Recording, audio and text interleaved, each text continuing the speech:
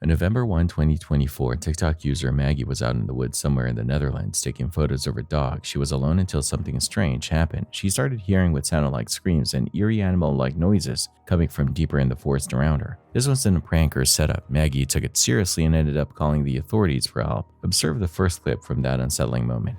You're gonna make the best dirty work. Whoa. Oh my god.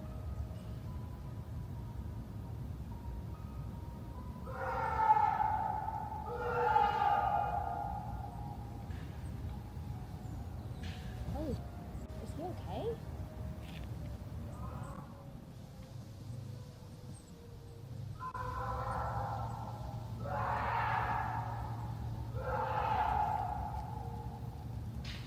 Are you okay?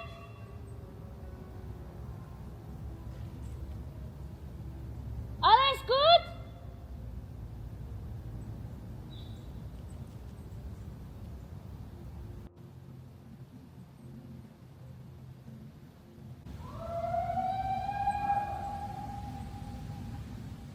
In the follow-up videos, Maggie explains that even her dog was clearly frightened by whatever was out there. That detail alone sparked even more speculation, with viewers wondering what exactly she might have captured on camera.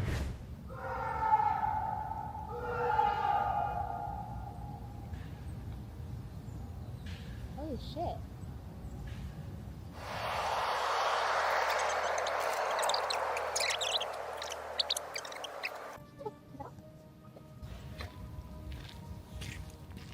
At this time, she's not directly involved in the investigation. What do you make of this? Not guilty of...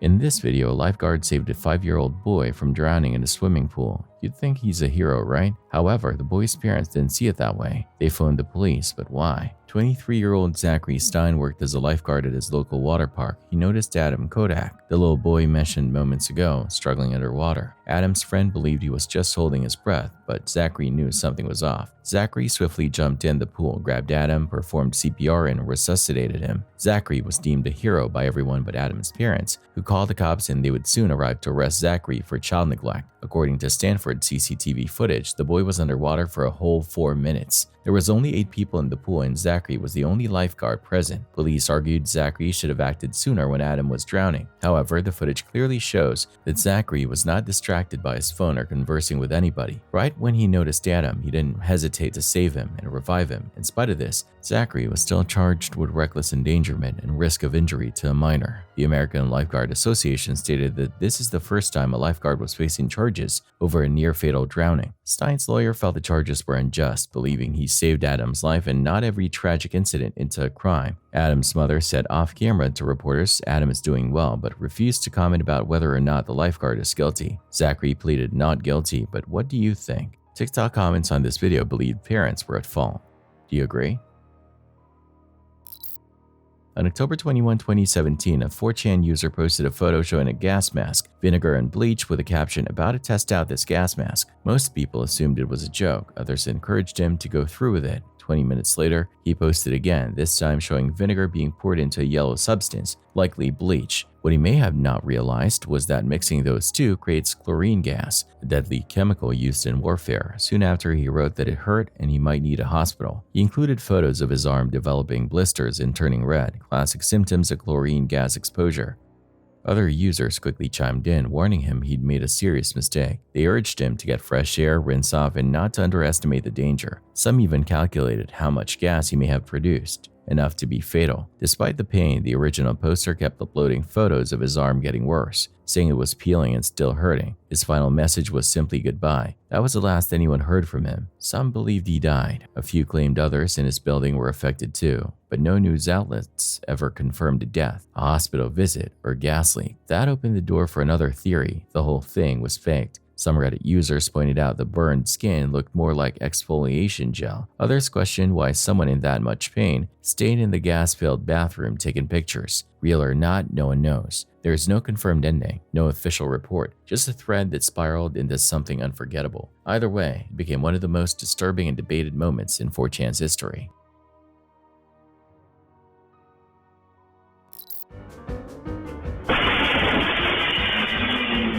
You don't see this every day. In Turkey, a moped rider was idling outside a pet food store when they suddenly lost control and accidentally accelerated through the front window. Surveillance footage from inside captured the moment the glass shattered as the bike crashed into the shop. The loud impact likely startled everyone nearby, but fortunately no injuries were reported. On August 20, 2015, a user on 4chan posted a disturbing plan to rob a bank later that day. He laid out the whole thing, his disguise, his BB gun, and even included a photo of the threatening note he planned to hand the teller. Most users brushed it off as a joke or a sad grab for attention. Some even mocked him, pointing out that he hadn't used a VPN and could be traced. Still, he insisted he was serious. Then, shockingly, he followed through. He updated the thread live, posting pictures showing off his BB gun and even saying someone stole his getaway bike. After briefly going silent, he returned with photos of the cash and a rundown of how he pulled it off. But his moment of glory quickly soured when his face started popping up on the news and police offered a $3,000 reward for tips. Scared and trapped in his hotel room, he posted updates saying he regretted everything. Eventually, he fled the city and went dark. A couple of weeks later, police caught up with him, 26-year-old Pedro Smith in Gainesville, 70 miles from the robbery. He was charged with armed robbery, but somehow only got 3 years in prison.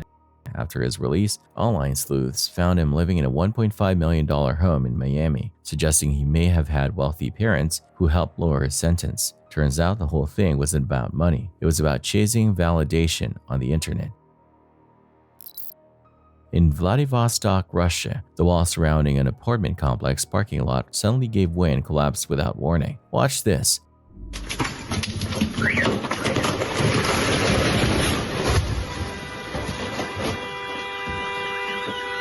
Soon after, a woman takes a bold risk. Take a look. Капец, что происходит.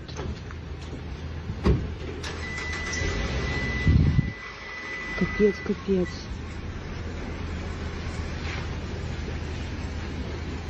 Ё-моё. Ё-моё. А это не знаете чьи? Это не с нашего дома. Она все сейчас упадет. Ё-моё. Ой, как страшно. Сейчас на машину все. Ёпарасоте. Ё-моё, страшно. Все, она, блядь. Ёп твою мать.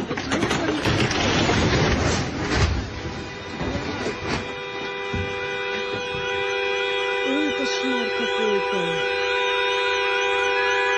It's a scary thought. Someone could have easily been sitting in one of those parked cars when the wall collapsed. Fortunately, no one was inside at the time. What's especially frustrating is that the red car, which had been parked badly and blocked another vehicle from getting out, ended up with the least amount of damage. Chances are, its owner now feels completely justified and will probably park the same way again. Watch as surveillance footage near Hayes Galleria shows a thief grabbing someone's phone just as an unmarked police car happens to drive by. One of the officers inside sees it happen, spins the car around, jumps out, and arrests the suspect on the spot.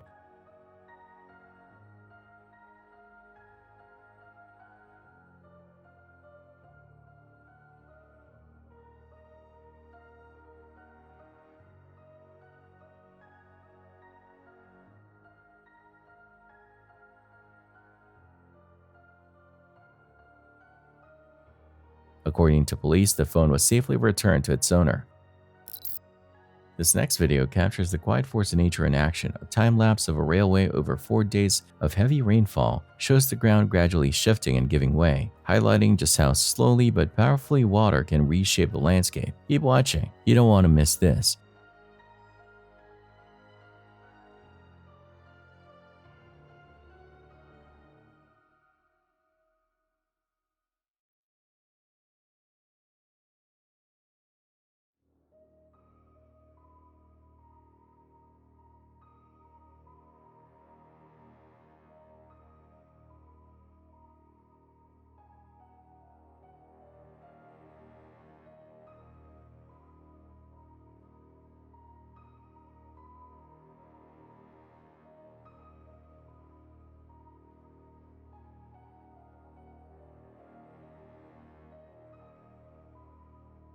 floods can move a lot faster than slow erosion, especially during hurricanes or major storms. If you've seen some of the other clips on this channel, you already know how wild it gets. Dry land that smiles from the coast can suddenly end up under several feet of water in no time at all.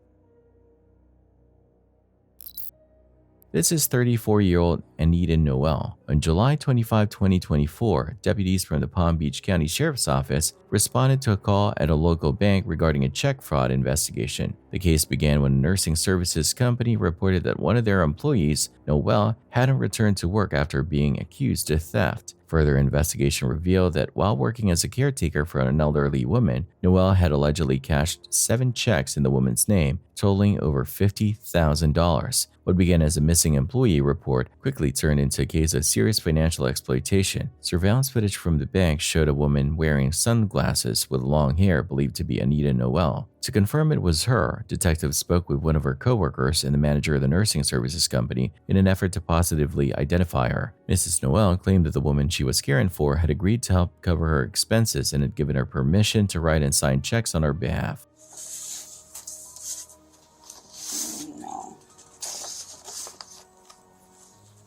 That's a hard picture for me to say. And with the glasses on, it's hard for me to say that's her. Raise your right hand. You swear everything you're going to tell me is the truth? So these are some photographs from a Citibank ATM machine. Do you recognize who that person is? I do, yeah. You do? Who is that person in the photos? I think her name is Ines or something. I'm not sure of her name exactly, but she was she worked there. Worked for Miss. Yes, before. Yeah. Close-up photo. Yes, that's her. That's her. Seems like it, yeah. Okay. Full nursing services? Yes. Okay. And what did you do for them? I was a caregiver. Caregiver? Yes. Okay. And did Miss ever pay you for anything? No. She never paid me like cash. No, she never paid me cash. Okay. It was one time that I was on the phone with my friend. She overheard me talking to my friend, and I was a little bit behind for my rent and stuff for my bill. So I was asking my friend if they can let me borrow money until I get paid for the following weeks I was supposed to get paid. And when I was over, like the call was done, and she's like, I can't help you. So did she end up giving you money? No, she didn't give me money. She had given me a check. Okay. For how much? It was 9,000 something. It was. That's a lot of money. Yes. What bills were you behind that you owed that much money? It was my rent and my electricity, plus my phone bill. Like I have T-Mobile, plus my phone bill that I was a little bit behind. And when I said, when she gave it to me, I said, "Are you sure? Are you really sure?" That was the only check she ever wrote you? Okay. And did she write it out to you? Yes. Okay.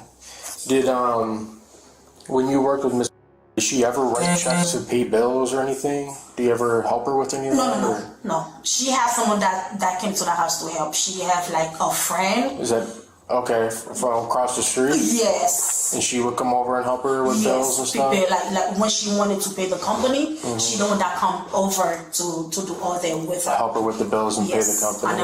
I never help her with no bills. Okay, never help her write checks or anything? Don't let your customer should do all that. So I want to show you some things.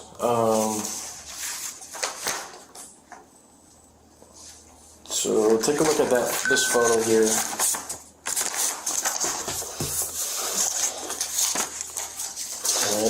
That's you at Citibank. I think it's dated 5/9 of 2023.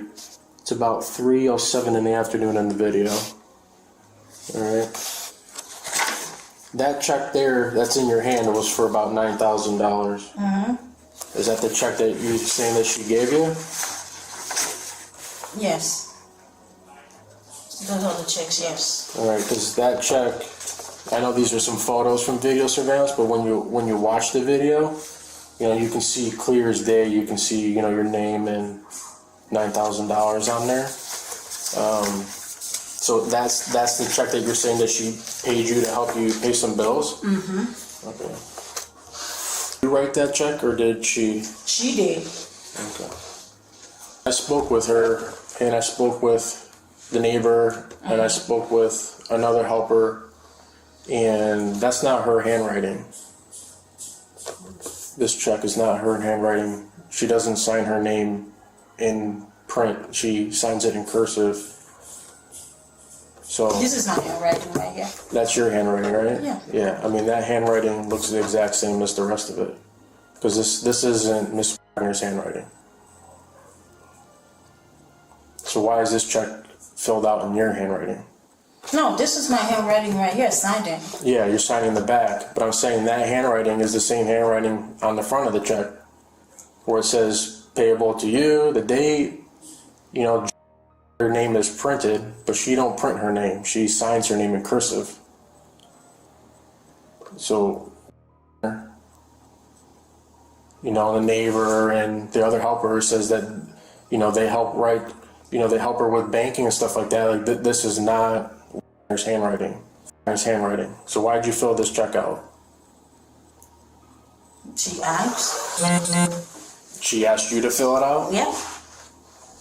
But why is this written out all in your handwriting and not hers? She told me. She told you to write it out? Yes. So why didn't you tell me that up front when I asked you about all that? No, but this is my hand. This is how I sign. But she asked me to do the check. Okay, but when I first asked about that, why did you tell me that was her and not you? And now you're telling me that you wrote it. Why didn't you just tell me that up front and be honest? I'll be honest with you. Now you are.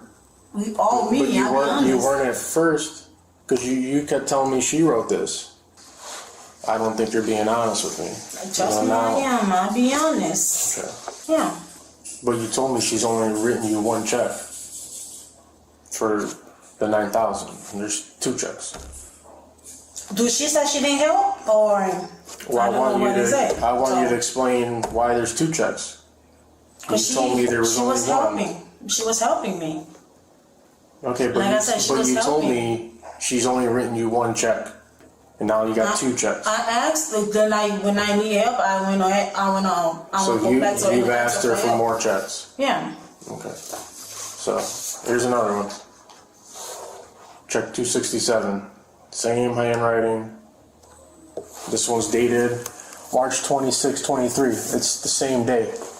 So she gave you a check for $5,000, and then on the same day she wrote you another check for $3,800. Mm-hmm. It's a lot of money. Well, Miss Wagner said that she never authorized any of these checks, never wrote any of these checks, and all these checks are missing out of her checkbook. Noel was formally charged with felony grand theft, felony uttering of a forged instrument, and felony fraudulent use of personal identification. It doesn't get any lower than stealing from the elderly. Quite sad.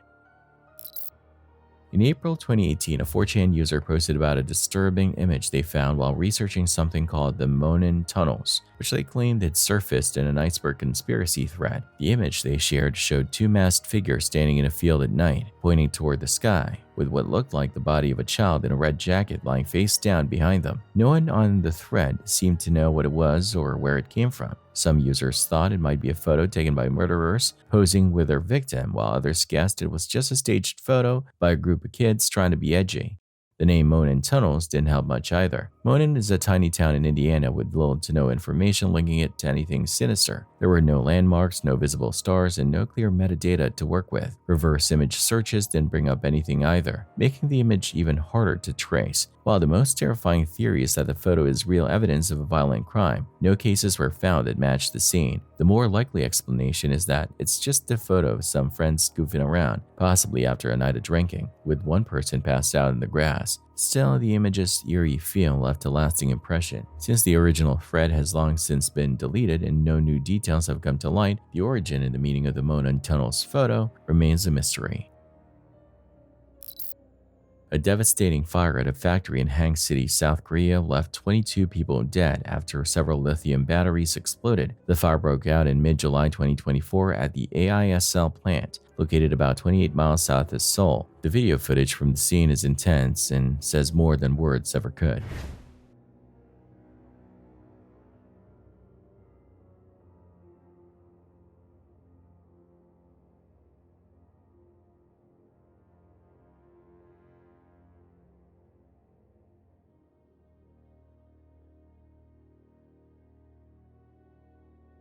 The second floor of the factory held around 35,000 lithium battery cells, many of them being inspected and packaged, with even more stored throughout the building. The fire started when several of those cells exploded, but investigators still don't know what caused the first blast. The damage made it hard to enter the wreckage, as the building was unstable from the fire. Fires like this spread fast, especially with lithium batteries, which can explode if they overheat or get damaged. It likely happened like a chain reaction. One cell went up, then another, and within moments the whole factory was burning. This eerie video was filmed in the woods outside Vancouver, Canada by TikTok user Worm Watson, a seasoned outdoorsman. While riding alone, he suddenly hears something strange in the distance, and everything around him goes completely quiet. In the outdoors, when the forest falls silent, it often means something is nearby, watching. Watson seems to pick up on this quickly, and you can feel the tension shift. Keep watching.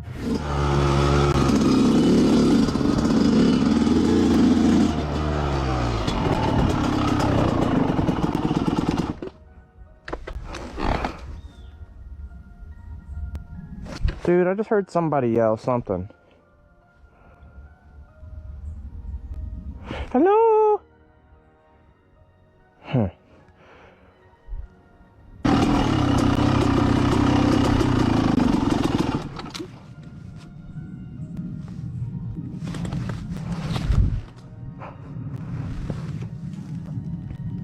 It got real spooky real quick in here. After a wave of commenters urged him to return to the same woods, Watson decided to go back, but things quickly took a turn. Midway through the ride, his bike suddenly loses power. Then, just like before, he hears something unsettling in the distance. Whatever's out there might not be done with him yet. Oh, dude! My chain fell off. What the heck? My frickin' chain, dude!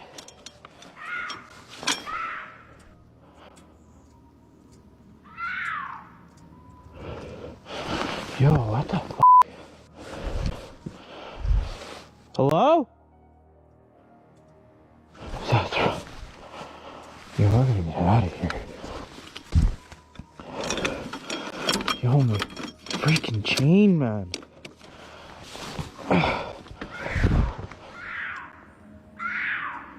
Dude, what the hell? Get out of here, man.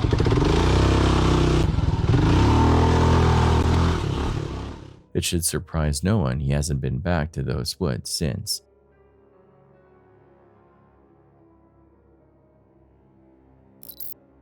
Most people have had at least one moment in life where things could have gone very wrong, call it luck or fate, but if you watched enough of these videos, you know elevators and escalators can be more dangerous than they look. The man in this next clip learns that firsthand, and not in a way he'll forget.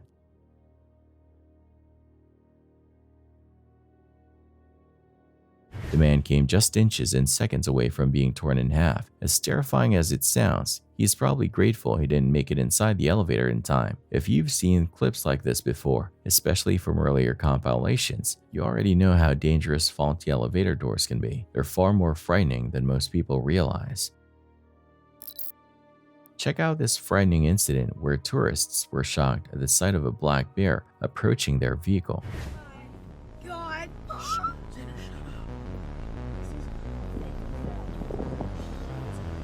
However, the tourists seemed unfazed and decided to antagonize the bear.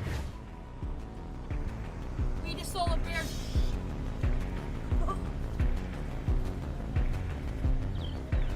The bear walked off and no one was harmed. What would you do in this situation?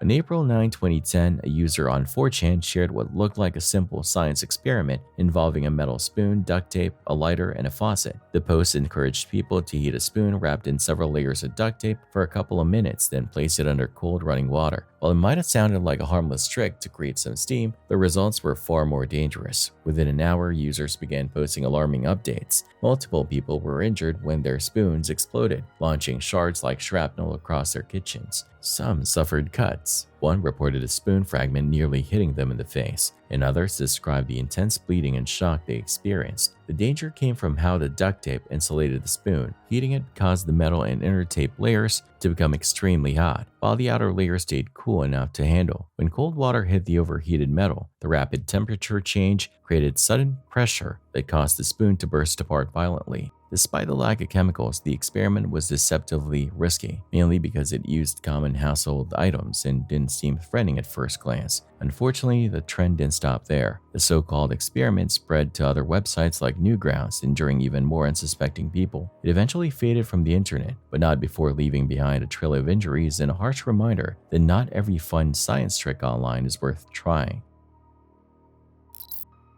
Most people have heard of rabies, but once it enters the body, usually through a bite from an infected animal, it begins a terrifying process. The virus moves through nerves toward the brain, and as it spreads, the symptoms become more intense and disturbing. You've probably seen videos of rabid dogs, raccoons, or possums, but what's shown in the next clip is something else entirely, and it opens up a whole new level of concern.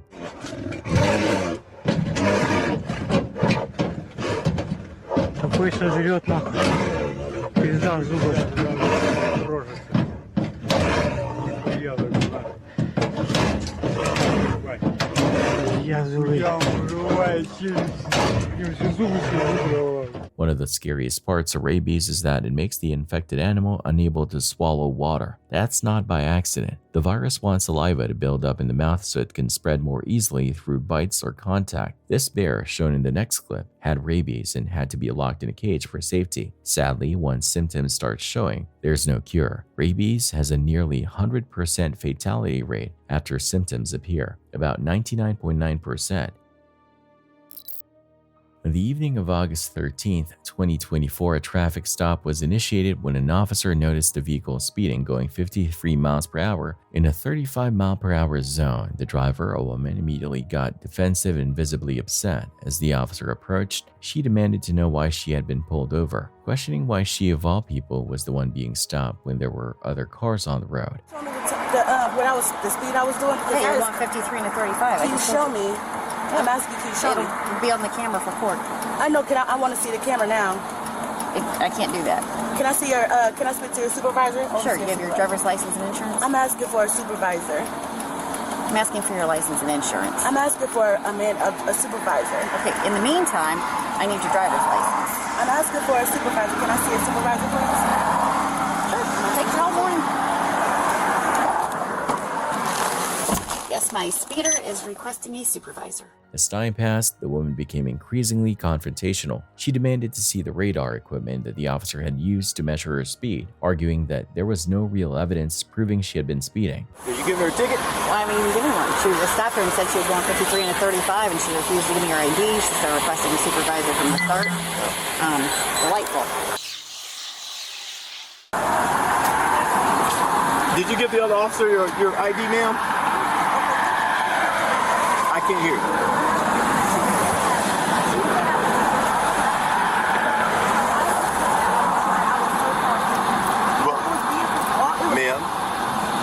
Ma'am, just hear me out for a second. In case you didn't know, we don't have to show you our stuff. Yeah, okay. You have rights too, but we don't have to show you that stuff, ma'am. You don't have to show me, so I don't have to show proof. No, it doesn't work that. It doesn't work that way, ma'am. Where's your proof that I broke the law? It doesn't work that way, ma'am. I want to know where's my proof. Where's the proof that I broke the law? She then questioned how the officer could even be sure she was speeding when there were other cars in front of her. She claimed she wasn't speeding at all, accusing the officer of not having any solid proof. Ma'am, we don't have to show you our radar equipment. No, we don't. No, we don't, ma'am. If you have to, I want to verify. How are you going to accuse me? It was, officer, listen, it was cars in front of me. How does she pick me out of all the people? Where's her proof? Can you ask me where's her proof? That's what I want to know. Ma'am, may we please have your... He's asking for your ID, dear. Can we have, ma'am, can we have your ID, ma'am? That's all we need. I just explained all that to you. And yes, I did, ma'am. Because we don't have to show you what our radar stuff reading is. No, we don't, ma'am. Maybe for court, but not right now. Y'all know we are too, ma'am. Yes, ma'am. Still here, still waiting for your ID that you won't give me. Yeah. It's just been one of those mornings that everybody's angry. There. I want you to also understand that by refusing to give your ID, you'll be subject to arrest. Or you will go to jail. If that's what you're waiting for to provide identification, you can be arrested for not providing your ID. The tension finally peaked when the officer told her to step out of the car. She flatly refused, and the officer, now losing patience, warned her that if she didn't comply, he would have to break the window to get her out. Despite multiple warnings, the woman didn't back down, continuing to insist that she hadn't done anything wrong. You're failing to provide your ID at a lawful traffic stop, which is a crime. Okay, so you can either roll the window down, or I will break it. Okay. So, ma'am, you've been given plenty of opportunities here. Are you going to provide your ID? Are you going to provide your ID? Are you serious? Absolutely. Are you going to provide your ID? For what? What did I do wrong? Speeding. Speeding was the reason for the traffic stop. Are you going to provide your ID? Are you going to provide your ID? Okay. I've asked you several times, you refuse to answer. Are you going to step out of the vehicle? Are you going to step out of the vehicle? Okay, ma'am, you are now under arrest. You are under arrest for obstruction of official business and failing to provide your ID. At that point, the officer arrested her for obstruction of official business and for failing to provide her ID, which was a violation during the traffic stop. Ma'am, I'm telling you one more time. Step out of the vehicle or I'm going to break the window. Okay.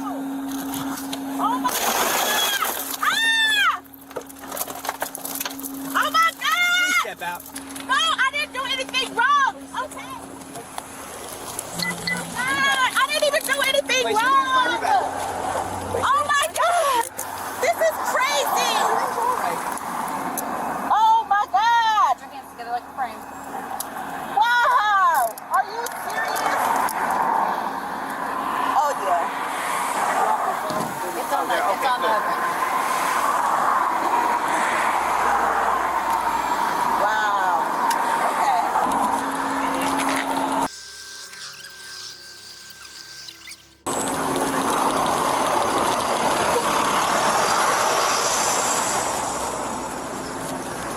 Is this the supervisor? Yes, it is, dear. Can I speak to the supervisor, please? That is no problem whatsoever. That's what it's here for. I don't have a seat when there's all this stuff right there. As she was arrested and her car was towed, the woman still argued that she wasn't speeding. She said she was on her way to work at a rental car business and mentioned she was actually looking for a stolen vehicle, wondering aloud why the officers weren't helping her with that instead of detaining her. Sergeant McDonald. I have done nothing wrong. I have done absolutely nothing wrong, officer. I promise to God on my dad's grave. My dad is deceased. And she pulled me out over. I asked her, and it's all in my recording on my phone. I asked her, was there any, like, how did you pull me out of the lineup out of all these people that was driving on the vehicle? I asked her, I said, was I the only one on the road? She said, yes. I was not. Officer, it was vehicles in front of me. How did you pick me out of all the people? That's what I don't understand. I was not speeding at all. I was going to the shop. Oh my God. I was going to the shop. I'm trying to look for a stolen car. Yeah. Why? Your car? Yeah, I work for a business. Who do you work for? For Mary Rental Cars right down the street, and I was going there to put information so that I could have in the system. So I guess the whole thing is, ma'am, if she said she got you speeding, she did not. You can't say that. You don't I know was how these not. machines That's the work. You don't know how thing. they. And that's the thing. I was not speeding. That's the funny part about. I was not speeding. After her arrest, she voiced her frustration, claiming she had been treated unfairly. She insisted she was not a bad person and that the whole thing had been a huge misunderstanding. Even as the legal process began, she stuck to her story, maintaining that she hadn't been speeding and that the whole situation could have been handled much differently. In the end, she was charged with obstruction. Watch as this helicopter tries to land before the unthinkable transpires.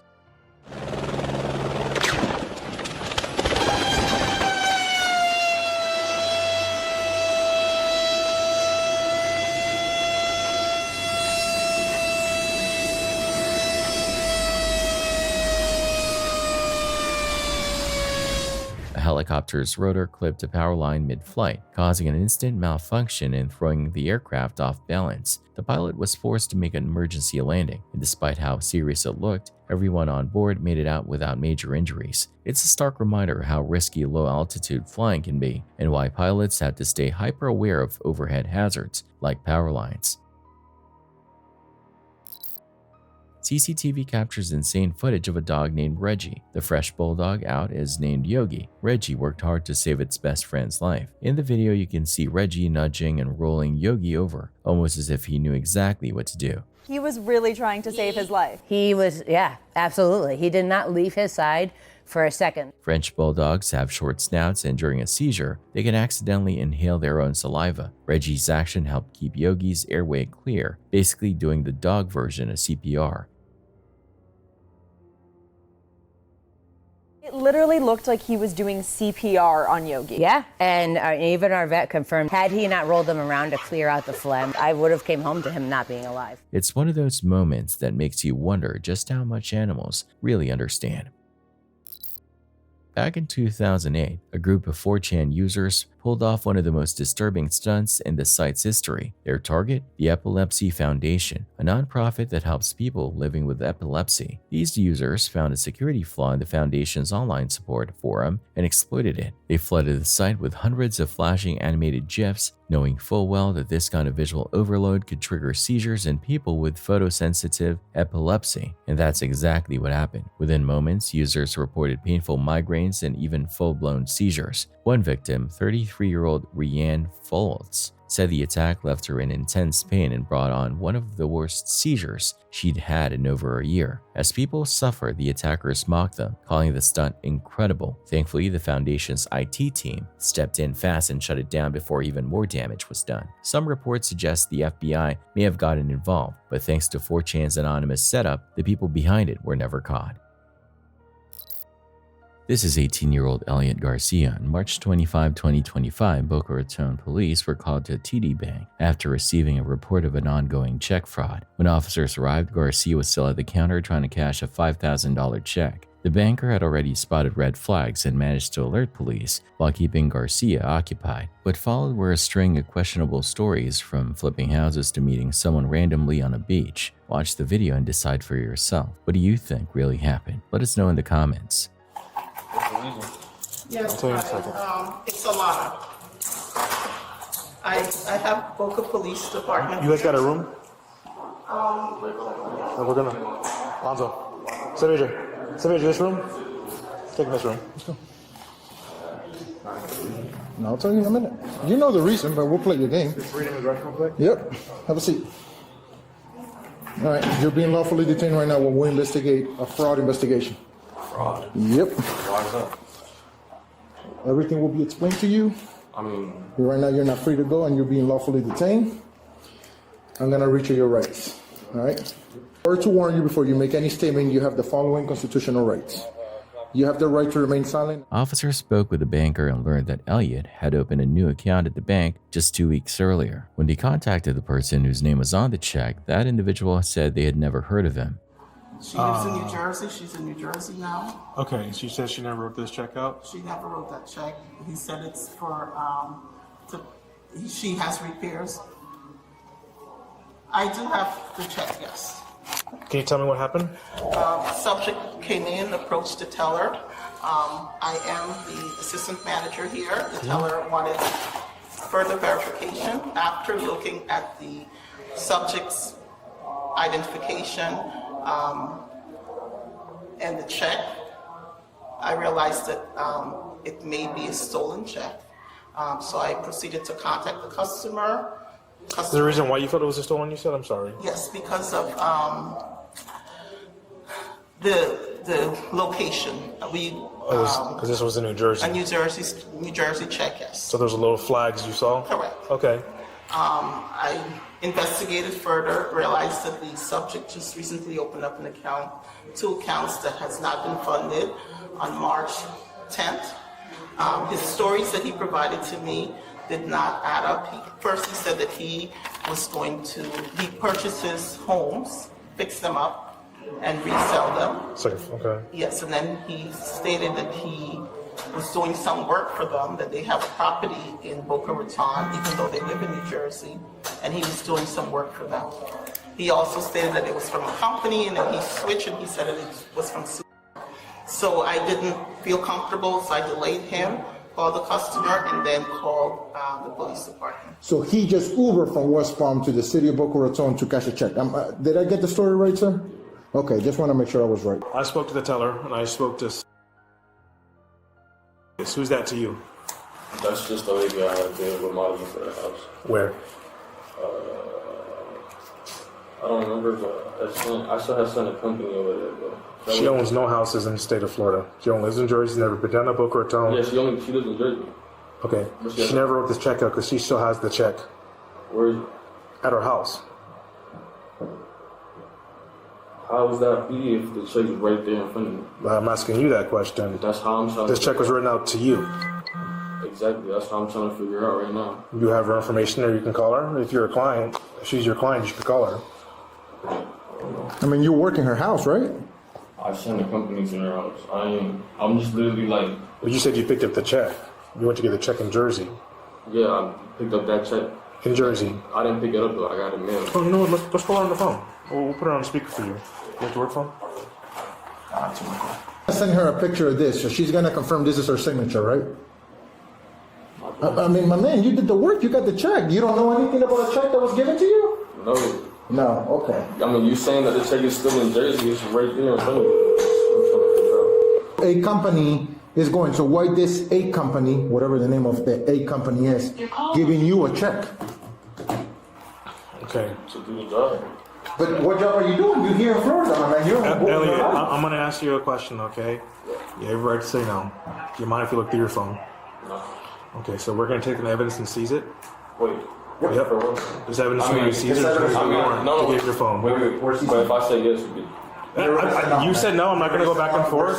I'm just trying to prove see what you say. Conversations with this victim here, right, in your company, because usually you're going to text message some kind of proof of your company, right, and to show you where the checkout, some kind of service, some kind of something like that. Chance to come clean, bro. I already cut you in more than enough lies. So this is your chance to come clean and try to help yourself. If you want to stick to your story, you're more than welcome. But even the way I explained the story and you confirmed that was your story, it doesn't make no sense, my man. Listen, maybe if it was our first day doing this line of work, it might work. This is South of Florida. This is king of frauds down here. This is not the first time we dealt with it. I ain't gonna lie, I already know y'all dealt with that. But I ain't gonna lie, that right there. So who gave you that check to cash? I don't know, some random person on the beach. Is it on the beach? Where? Here or where you live? No. Like, far. Like, did you drop you off here? Is the car still here? Nah, I'm pretty sure once they see y'all the patrol car, they've been done. Been gone, right? Yeah. So you met this random guy on the beach. He told you what, just go in there cash? Yeah. Because on the March 10th, you open up an account in TD Bank. Yeah. Is that what he told you to do, or? No, I wasn't open a bank for my clothing brand, but he was like, blah, blah, blah, TD, blah, blah, blah. So a random guy, you know what city he was in? Yeah, what beach? Tampa. So I believe you're telling part of the story, right? You came honest with someone telling you to do this. Yeah. But it ain't some guy on the beach. It's probably someone you know. It's probably someone who's done this before. Say, hey, I did it once. It went through in Tampa.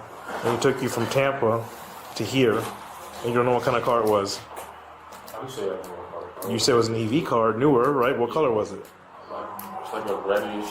It's like a dark reddish, like a wine color. You just want to lie, my man. It is what it is, bro. Come on, bro. Like, you mean to tell me in a nature of communication where you have a phone that's been blowing up this whole time during a conversation, you didn't get his phone number? So somebody tells you, a random person you never met in your life, tells you, hey, I'm going to give you $1,000, and the first thing is like, okay, you're a stranger. You didn't worry that he was going to go to your house to kill you and your family. No, none of that went through your head. And you don't not even worry that he knows where you live. Now that you're caught, you're not worried that he knows where you live. Elliot Garcia was charged with felony grand theft, felony uttering of a counterfeit check, and felony fraudulent use of personal identification. A family is out for a walk in the woods when they suddenly notice something strange. Just beyond the trees, something or someone is watching them from the shadows. They stop in their tracks, unsettled by the silent figure lurking at the tree line. Keep watching.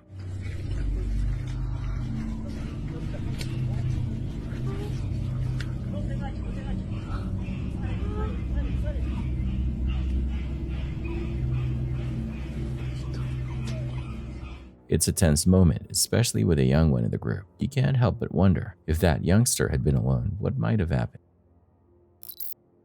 Back in 2007, a video was captured in Dudleytown, Connecticut, a place often described as one of the most haunted and cursed locations on Earth. This ghost town is off limits to the public and is considered sacred land once owned by the Mohawk Nation. Despite the warnings, people still sneak in, hoping to catch signs of the paranormal. One property owner, after repeatedly spotting a shadow figure in the trees, decided to set up a camera. What he captured might just be proof that something strange is still out there. Observe.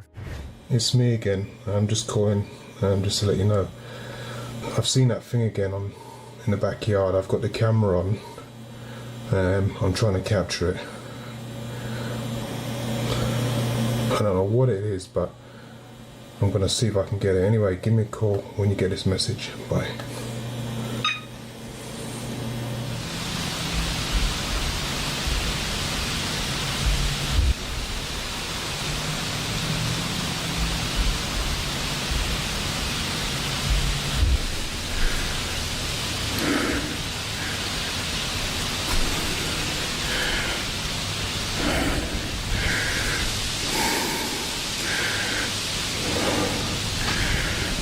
No, what is that? No way.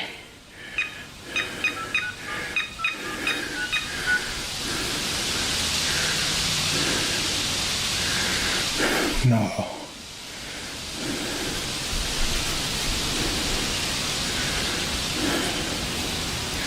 What the f*** is that?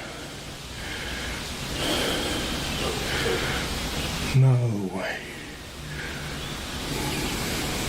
Yeah, it's me. I've just seen that thing. I've actually got it on camera. I'll show you when you get home. Give me a call as soon as you get this message. These woods already have a creepy reputation, and after this footage was filmed back in 2007, it was sent to the Institute of Forensic Parapsychology for analysis. Experts put the clip through a thorough review, and still couldn't explain what was caught on camera. Viewers in the comments seem to agree this looks like the real deal when it comes to paranormal evidence. What do you think? This terrifying dashcam video was recorded in a truck driving through the city of Aqaba, Jordan on May 14, 2023. The driver was heading into a tunnel when disaster struck, something no one could have seen coming.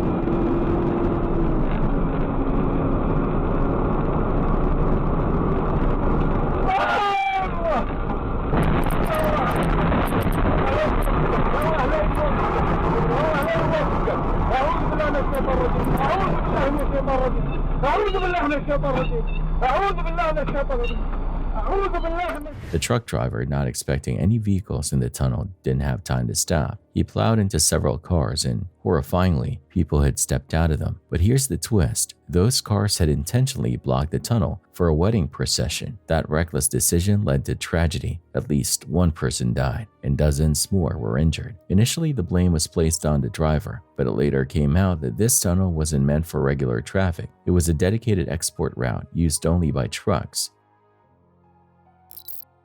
In the video, a man is shown angrily punching the security glass. With his first hit, the glass shatters right away and it quickly breaks apart completely, allowing him to force his way inside the small office. The woman inside, clearly startled, rushes to open the door, likely trying to escape, but the man grabs her, pulling her back into the room with one hand while using his other hand to rummage through a drawer. After grabbing whatever he was looking for, he goes out of the office, leaving her visibly shaken.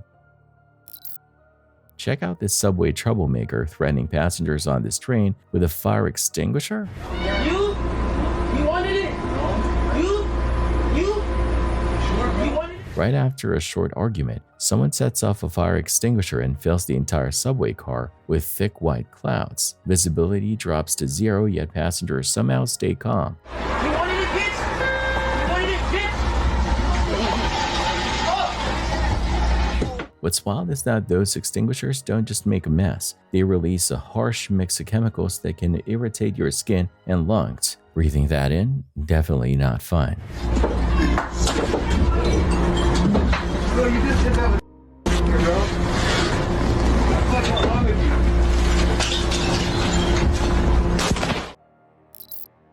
This video started making the rounds on social media a little over 2 months ago. It shows a man pointing his camera at the sky, something that might seem odd at first, but once you see the clouds, it makes sense. There's something about them that looks off, and that's exactly why he's filming.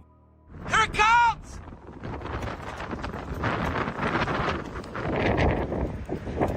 It's a nose!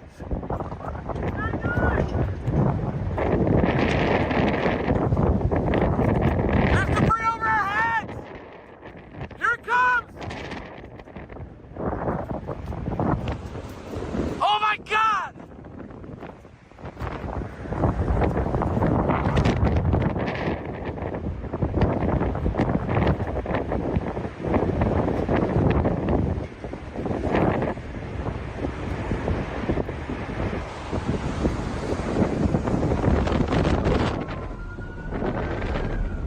This man ended up filming something truly intense, a tornado forming right in front of him. The footage is as wild as it sounds, and it quickly went viral. Many people watching were stunned, not just by what he caught on camera, but by the fact that he stayed there at all. A few viewers even questioned why he didn't take off right away, given the obvious danger. Thankfully, he made it out okay. Still, watching a tornado take shape that close, that's something most of us hope we never experience. This unsettling clip comes from YouTuber Exploring with Angela, who decided to camp out in a forest known for its haunted reputation. While inside his tent, he pulls out a Ouija board, hoping to stir up something unusual. And it doesn't take long. As he asks questions, his spirit box starts responding in a way that feels too specific to be random. Then he hears something outside his tent. Whatever it is, it rattles him completely. Here's how it all begins.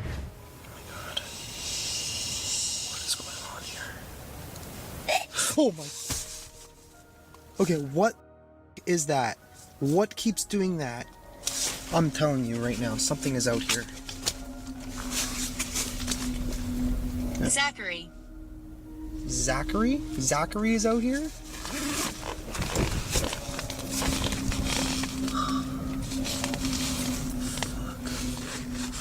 Feeling uneasy, he decides to stay put, describing the strange noises outside as sounding like a pig, but whatever was out there wasn't finished, because moments later, things take an even darker turn.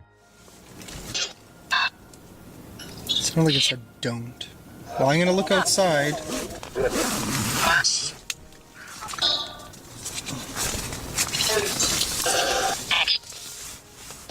Ooh, what the f***? That was that sound again.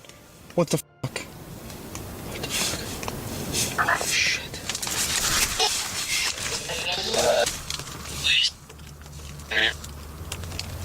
What was that? Man.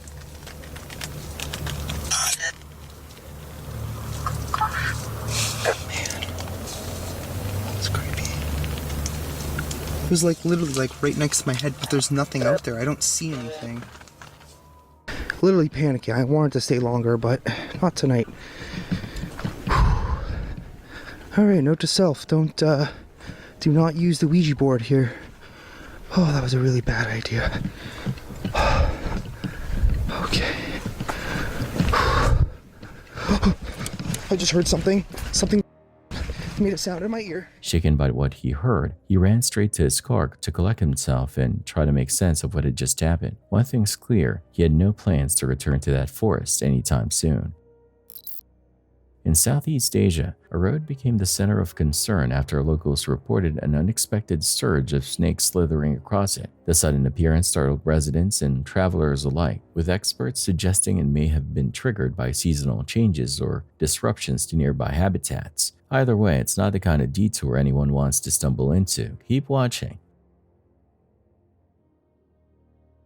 It's unclear whether the snakes are harmless or if the man dealing with them is just dangerously fearless. Either way, seeing someone that close to such a large number of snakes is unsettling. Honestly, I've never witnessed that many in one place before. It's the kind of scene that instantly puts you on edge.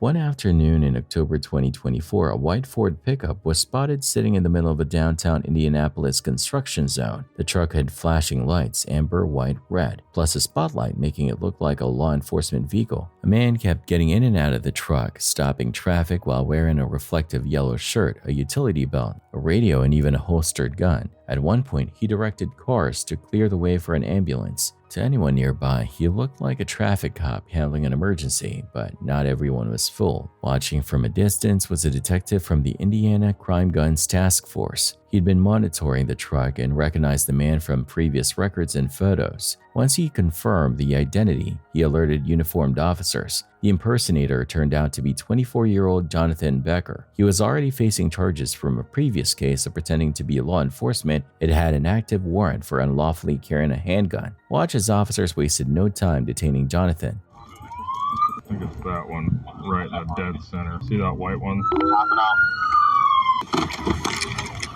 We're going. Oh, whoa. You're good, man. Thanks. Shot. You got one. For what? We'll talk about it. What's going on here in a second. Alright, hey, can we get out of the road? Yeah, we'll get you out there. You got anything else on you, boss? Nope. Alright, I'm taking the sidewalk over here. Police would discover a Glock fully loaded in the vehicle. It's real, right? Yeah. I think I have one in. One in the cheek. Anybody read you your rights, man? I got it. Impersonating. Well, I'm gonna read you your rights if you're in custody right now. Okay? Wait, hold on. No, hold on. No, you hold on. I'm gonna read you your rights, okay? You have the right to remain silent. I'm gonna take your radio and stuff off you, alright? Yeah, I'm on the clock. Well, you're also under arrest right now. I know. Can I? Just hold on, dude. We'll get all that stuff sorted out here in a minute. Right? For impersonating? Plates don't match on it. Plates don't match. No. I'm not sure what the warrant's for. Is that what that's for? Impersonating? You have a warrant. Yeah. You said it was for impersonating? Yeah, they did. They contacted you about the case out of Hamilton County. Hey, Jonathan, can you just right? No. So nobody's ever contacted you and told you that you had a case out of Hamilton County. No. No, you've never talked to another police officer. No, I haven't. I swear, because I'm on bond. You know that you're on bond. Yeah. That's, okay, if you're on bond, you can't have a firearm on you, man. Face the buildings right here for me. Just face me. There you go. It's not a violation of the bond, it's a violation of the state statute that says if you're under indictment, you can't have a firearm on you. My attorney said I could. I haven't checked. So. Well, your attorney doesn't make the laws, though. It's a problem, right? I don't know that. That's why I asked him, because he's a You don't know who makes the laws? He's a lawyer. I asked him. I said, hey, this is okay, and he said yes. There's a spare magazine in there. There's a couple things that he's got, like a police notebook that says police on it. He's got a few things in there that say police. Okay, so what's the process from here? Where am I going? I go to Manning County, and then Hancock County will come and get you. You got a Hamilton. You got a warrant. I'm pretty sure it's Hancock. Hancock. Yeah, it's Hancock. For what? Impersonating? It's impersonating, right? Yep. I've been good. I haven't done anything. I know it's not you. Stop walking away from you. Stand over here. Sorry, my bad. The issue is when you're under federal or I don't have any cases. Felony indictment. You do. You have a warrant for your arrest for a level 6 felony right now. Jonathan was put in the back of the car, but that didn't stop him from yapping. So, last year when I caught my charge, it was unlawful display of emergency lights. My guy's I gotta let him know. God, this is embarrassing. The same customer I was out with last year whenever they... Okay, well now that makes me feel a little better, because I thought it was a felony impersonating. No. Oh my goodness, they came in hot. Talk about an adrenaline rush. How long have you been doing this? 3 years. I went through the process and then I backed out. I've been doing traffic for a while. There's a few things in there. There's a spare magazine in there. There's like a thing that says police, like a notebook and stuff like that. Before the truck was towed, officers documented several items inside that raised even more red flags. Among them were police business cards, a notepad marked police, 3 safety lights that flashed red and blue, a flashlight with similar flashing features, an IMPD challenge coin, a control box for lights and sirens, 2 loaded Glock magazines, and an envelope containing court documents tied to Jonathan Becker's pending felony case from the year before. For pretending to be a cop a second time, Becker was charged with felony impersonation of a law enforcement officer and misdemeanor unlawful carrying of a handgun. He was released a few days later on a $1,000 cash bond. Should there be harsher laws for impersonating as a cop? Let me know. Tell me you heard that. What's that? Dude, sounds like someone did a cannonball. This unsettling clip comes from MC TV while exploring an abandoned lake house in southern Georgia, reportedly near the site where a young woman was murdered in the water. They hear something bizarre. It sounds exactly like someone doing a cannonball into the lake, just feet from where they're standing. Curious and a bit rattled, they head to the dock to investigate, but what their camera captures out there, it's something they definitely weren't ready for. Can you give us an initial? Can you give us your name? Can you give us anything?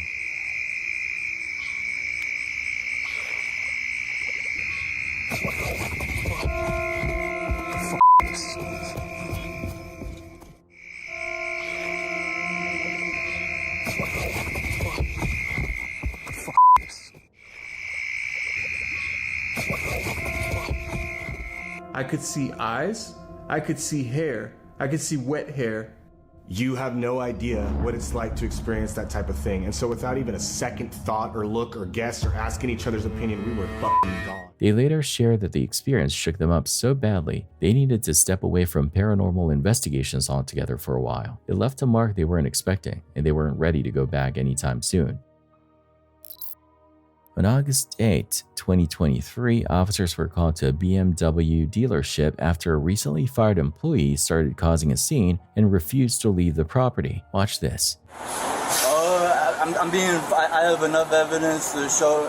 Hey, come to the top shop. We're gonna talk right here. I was just fired. I'm sorry about that. No. I'm actually not fired. I'm actually letting Bobby go. Well, you were let go. He was let go, correct? Okay. All right. Does he need to leave? Yes. Okay. Do you have stuff you need to grab when you get going? What? Because you're fired.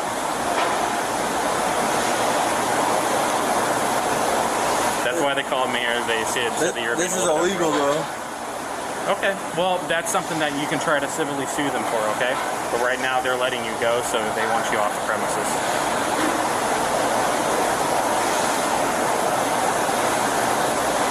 And I'm just here to make sure everything stays peaceful. Everything is peaceful, officer. Okay. Alrighty, well, let's get your stuff and get you on your way. I belong here, sir. Okay, well, not anymore. So, illegally. Where's your stuff at? My toolbox is inside. Okay. Does this gentleman here know where your toolbox is? Okay, could you go grab it for him? Thank you. It's a big box. What? I have enough illegal evidence that BMW has been doing this to this dealership. It's 90 degrees in this shop. BMW is required to have AC, and it's ridiculous. Well, that's something that you'd have to take to court and go against BMW. So. Otherwise, we're going to get your stuff and we're going to get out of here. They called me because they were claiming that you might have been a little bit unruly or unhappy, and they're a little afraid. So that's why I'm here. So let's go get your stuff. I would prefer to sit in the shop office. Nope. At this point, you're not. If you're not working here, it's time to be going. I do work here. No, they let you go, my man. The man may have had some valid complaints on BMW, but this probably isn't the way to go about it. He continues not to cooperate and things get worse from here. What are we doing here? I'm just. I have rights to be here. I have not done anything What's illegal. your rights to be here? I have not done anything wrong. I've worked.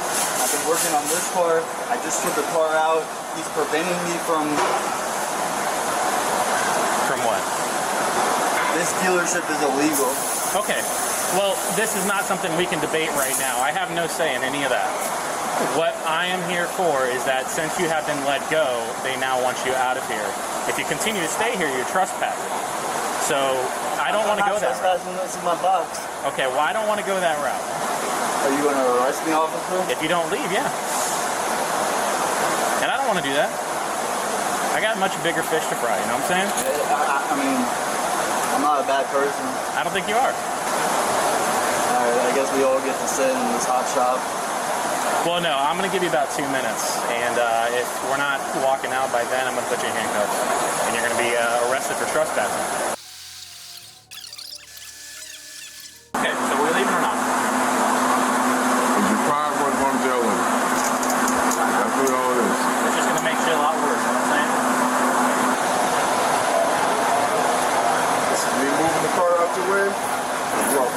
Let's go home, man. I know it sucks, dude. I hate it. I mean, getting fired. I've been fired for it, all right? Not from here, but... I'm not fired. Okay. All right. All right, man. Stand up. Okay, no. Put your hands behind your back. Okay. You will go down face first. Stop. Put your hands behind your back. I promise. Stop. Please.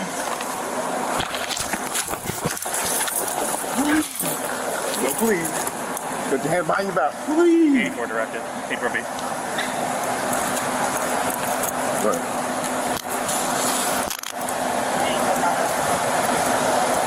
What tempo? Stand up. Come on.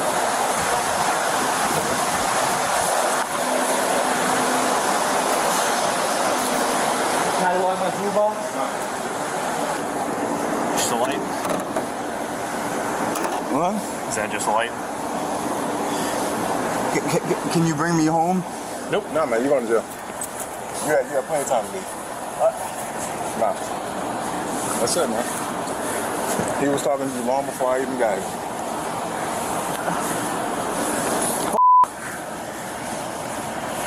The man faced charges for criminal trespassing and resisting arrest. What do you think about this situation? This wild video popped up online in October 2023, and based on the Russian being spoken, many believe it was filmed somewhere in Russia. It shows a boat crew trying to pull their inflatable dinghy back on board, but they're not alone. Someone or something clearly isn't happy they're there.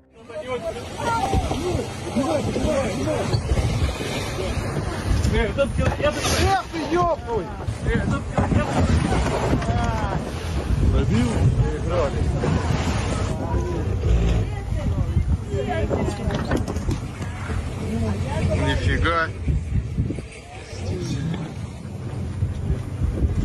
Не ушла, сволочь.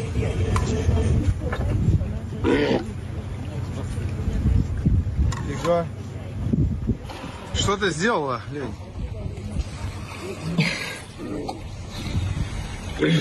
Что ты сделала? Turns out the one picking a fight with the boat crew was a massive walrus. No one knows exactly what set it off, but watching a 1.5-ton animal lose it like that is seriously intense. Most people have never even seen a walrus up close, and this video shows just how powerful they really are. It charges the inflatable dinghy, using its tusks to puncture it while leaping halfway out of the water. Near the end of the video, the reason becomes clear. A calf surfaces nearby. Looks like this wasn't random aggression, it was a warning to stay away.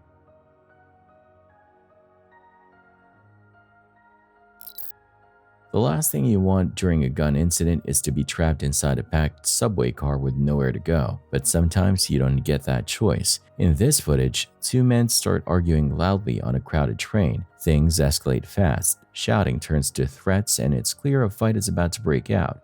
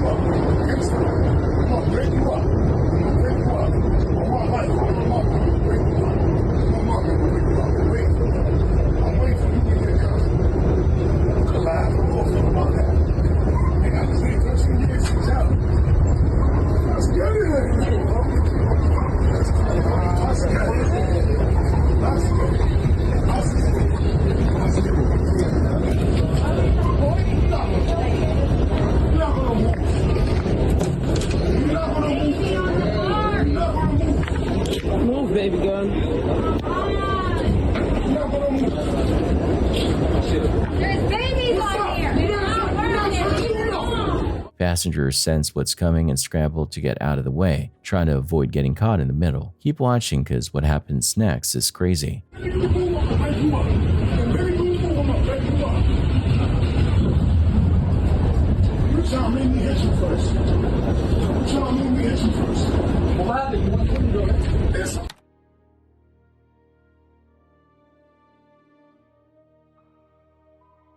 A woman emerges out of nowhere and wounds the main aggressor.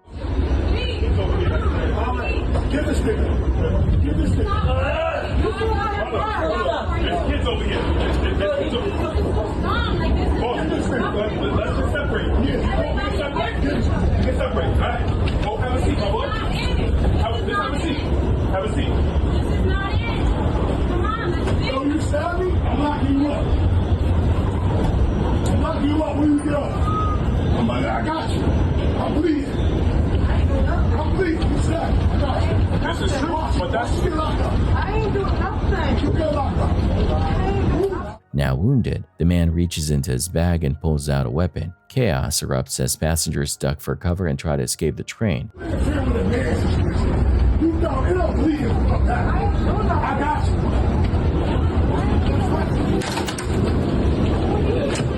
You stabbed me, right? You stabbed me, right? You stabbed me? I ain't do nothing. You stabbed me? I ain't do nothing, no. You stabbed me? You stabbed me? You stabbed me? I'm getting out. No, I'm getting out. I'm getting out. Okay. I'm getting out. Get that all way down, baby. Though the moment isn't clearly visible on video, the man's weapon is ultimately wrestled away by the other individual, who then wounds him while trying to protect the woman. The main aggressor survived, but the whole encounter is a stark reminder of how fast things can spiral into violence, especially in tight, crowded spaces. Stay vigilant. This next video shows a chilling incident when a man took his 2-year-old hostage and had a standoff with police. He has a kid hostage right now. He has a gun. He has made one gunshot already. On January 9, 2021, a heated argument between a couple in a parking lot escalated into a terrifying scene. During the confrontation, 37-year-old Paul Bolden pulled a gun, snatched the baby from his girlfriend's arms, and started firing. The mother, in shock, called 911 right away. Yeah, Van Buren says 7th Avenue. My husband just took my baby. He has a gun. He's loaded. He took the baby. He's trying to kill him. He's shooting fire. He's shooting fire. Man, hurry up. He's trying to shoot. He's going to kill people. He's on 7th Avenue. He's on 7th Avenue, Van Buren. He's shooting guns. He got my son. He stole my son. When officers from Phoenix PD arrived, they found a scene far worse than they had anticipated. What started as a domestic dispute had spiraled into chaos. A man with a gun had already taken the baby, fired multiple shots, and escalated the danger beyond what the 911 call had described. The urgency of the situation was instantly clear the moment when they arrived. Oh, hey! Drop the gun! Drop the gun, dude! 511 to me. He has a kid hostage right now. He has a gun. He has made one gunshot already. We need more units. Block off all traffic. Got a blackmail with the child. Dude, put the kid down, man. Stop! He's got a gun, man. He's got the kid. Hold on. No! Get the kid! Get the kid! Come here, buddy! Come on, buddy. Come on. I got the kid. Hi, buddy. Are you okay? Hi, bud. I know. The officers acted fast. As soon as the suspect raised his gun with the baby still in his arms, they took the shot, hitting him in the head. The baby was safely rescued without any injuries. The suspect was taken to the hospital but didn't survive. Thanks to the officers' quick and precise response, a dangerous situation was stopped before it could get worse. In this video, you see a man whose face is blurred. I'm not doing that. That's how the video was, so don't come at me. You might think he's taking a nap. So what? The issue is that's not his house. This is the home of a 22-year-old Scottish woman whom he had been stalking for weeks. The creep even left ominous messages on Facebook thanking her for his stay. Since this was all caught on camera, authorities arrested this sick individual, and thank God for that. Talk about Joe Goldberg come to life, huh? This video from Berlin shows an underground way station completely overtaken by floodwater after an intense downpour. Reports say the rainfall was among the heaviest the city has seen in centuries. Water rushed into the station, submerging tracks and platforms, leaving it unusable. It's another dramatic reminder how quickly extreme weather can bring urban infrastructure to a standstill. There's so much water pouring in, the stairwell and escalators actually look like full-blown waterfalls. Luckily, no computers were caught inside during the flooding, just the person recording. Judging by the footage, it was intense, but unless this clip was their final live stream, they probably made it out in one piece. This video was filmed in Kang, Taiwan in June 2024. While driving, a group of motorists noticed rocks and debris starting to appear along the road. Recognizing the warning signs, they made the smart call to stop. That split-second decision likely saved their lives.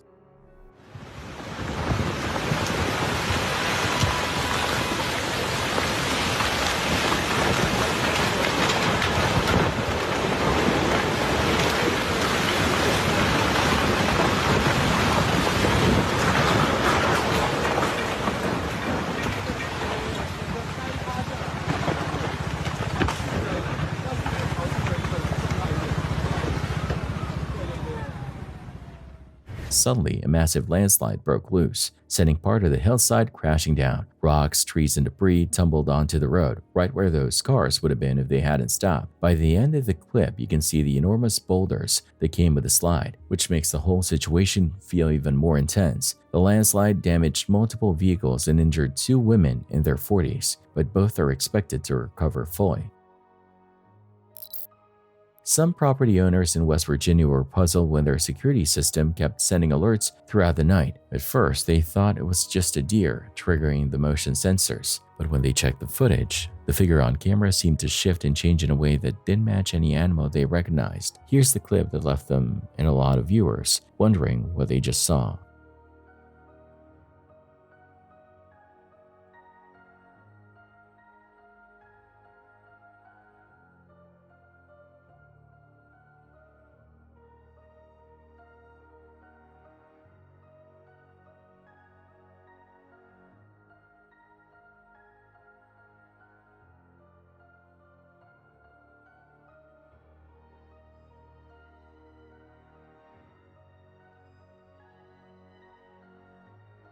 What do you think?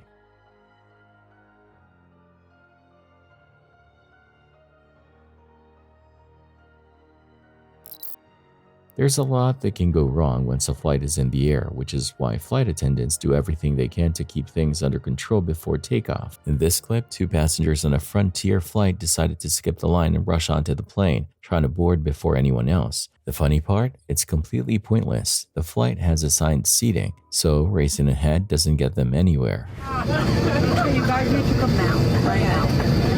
You guys need to come out or we're going to have to deplane the entire plane and you guys are going to come out and get out. Get out. Get out the plane, man. Get out the plane. Get out the plane. They're not coming to No. It turns out that 2 passengers likely rushed onto the plane to avoid having their carry-on bags weighed or measured. Even after being confronted by flight attendants and other travelers, the situation escalated enough that the entire flight had to deboard. How much of a loser can you get off? Not real. Real shit, bro. Get off. Just get off. We paid for tickets just like y'all. Stop. Don't say nothing. We paid just like y'all. I'm not no better. I'm gonna get off the plane. I don't understand. We tired. We've been flying for 20 motherfuckers. We got money. I'm not gonna lie to you. Y'all got the since what time? Since 5:20. And you gotta be at the airport 2 hours early. I'm tired. We're not going nowhere. We're not going nowhere. According to reports, the pair were eventually placed on the no-fly list. So when the man declared they ain't going nowhere, he wasn't wrong. This dashcam footage was recorded in La Pet, Russia about 7 or 8 months ago. It shows a driver making his way down a slick, icy road with several large trucks nearby. You can probably guess what's coming next.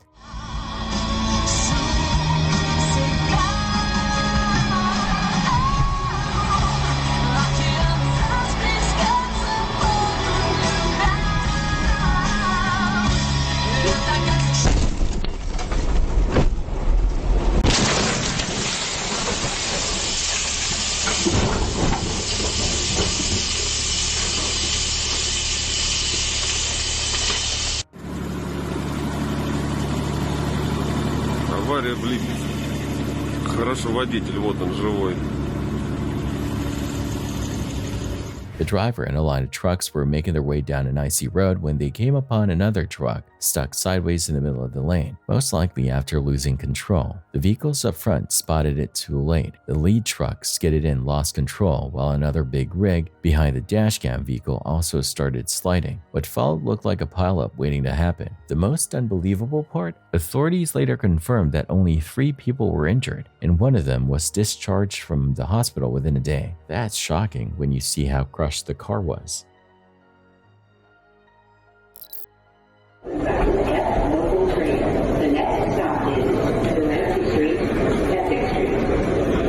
This is exactly the kind of thing that makes New York subway stories so legendary. A masked rider twirling, twitching, and moving like they're in their own world. It's the kind of scene that makes you glance at your partner and ask, "Did you see that?" The real challenge isn't witnessing it, it's figuring out how to explain it afterward. At around 2 a.m. on October 28, 2022, 82-year-old Paul Pelosi made a desperate 911 call after someone broke into his home. The intruder wasn't just looking to rob the place. He was specifically asking where Paul's wife was. Officers rushed to the scene right away, but nothing could have prepared them for what they saw when the door opened. Yeah, literally sitting there. Hi, how you doing? Oh yeah. What's going on, man? Everything's good. Hi. Drop the hammer. Nope. Hey. What is going on? I'm not getting any answer on call. Bro, oh shit. In the area that I got him, Give me your f***ing hand. Give me your f***ing hand. When officers arrived, the suspect suddenly lunged and hit Paul Pelosi in the head with a hammer. They moved fast to stop him from landing another blow, but this wasn't some random break-in. It was a targeted attack. The man who broke in had planned to kidnap Nancy Pelosi, Speaker of the House, who wasn't home that night. Instead, her 82-year-old husband became the victim. He survived but suffered a fractured skull and serious injuries to his arm. The attacker, David DePape, a conspiracy theorist with political motives, was later sentenced to life in prison without parole. It's hard to imagine what could have happened if police had shown up a few seconds later. A family grabs their kids and runs for safety after a plane crashes into their neighborhood, setting cars on fire and creating chaos all around them.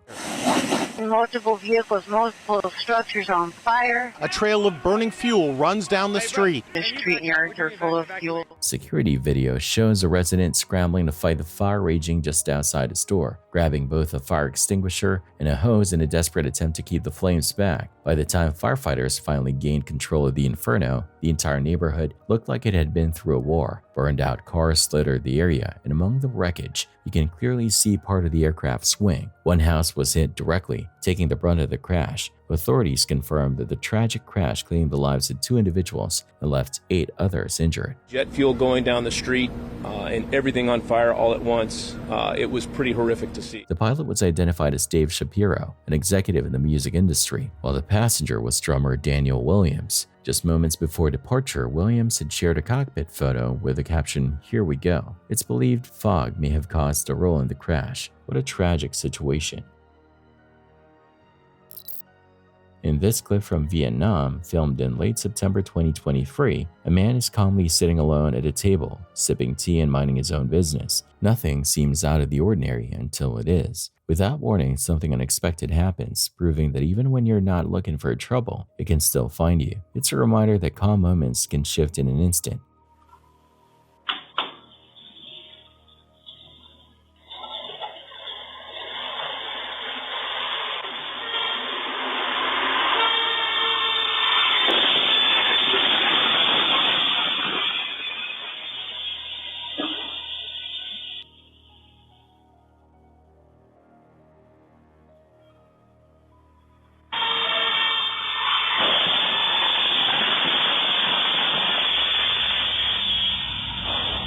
The man seemed completely at ease, enjoying a quiet moment with his tea and phone at what looked like a local shop, not some random spot in the street. The last thing he likely expected was a vehicle speeding straight toward him, but out of nowhere, a car came crashing through, heading directly for where he sat. Thankfully, his awareness and quick reflexes helped him avoid serious harm. According to Vietnamese news reports, The driver of the vehicle was also unharmed. It's a reminder that sometimes danger finds you even when you're just minding your business.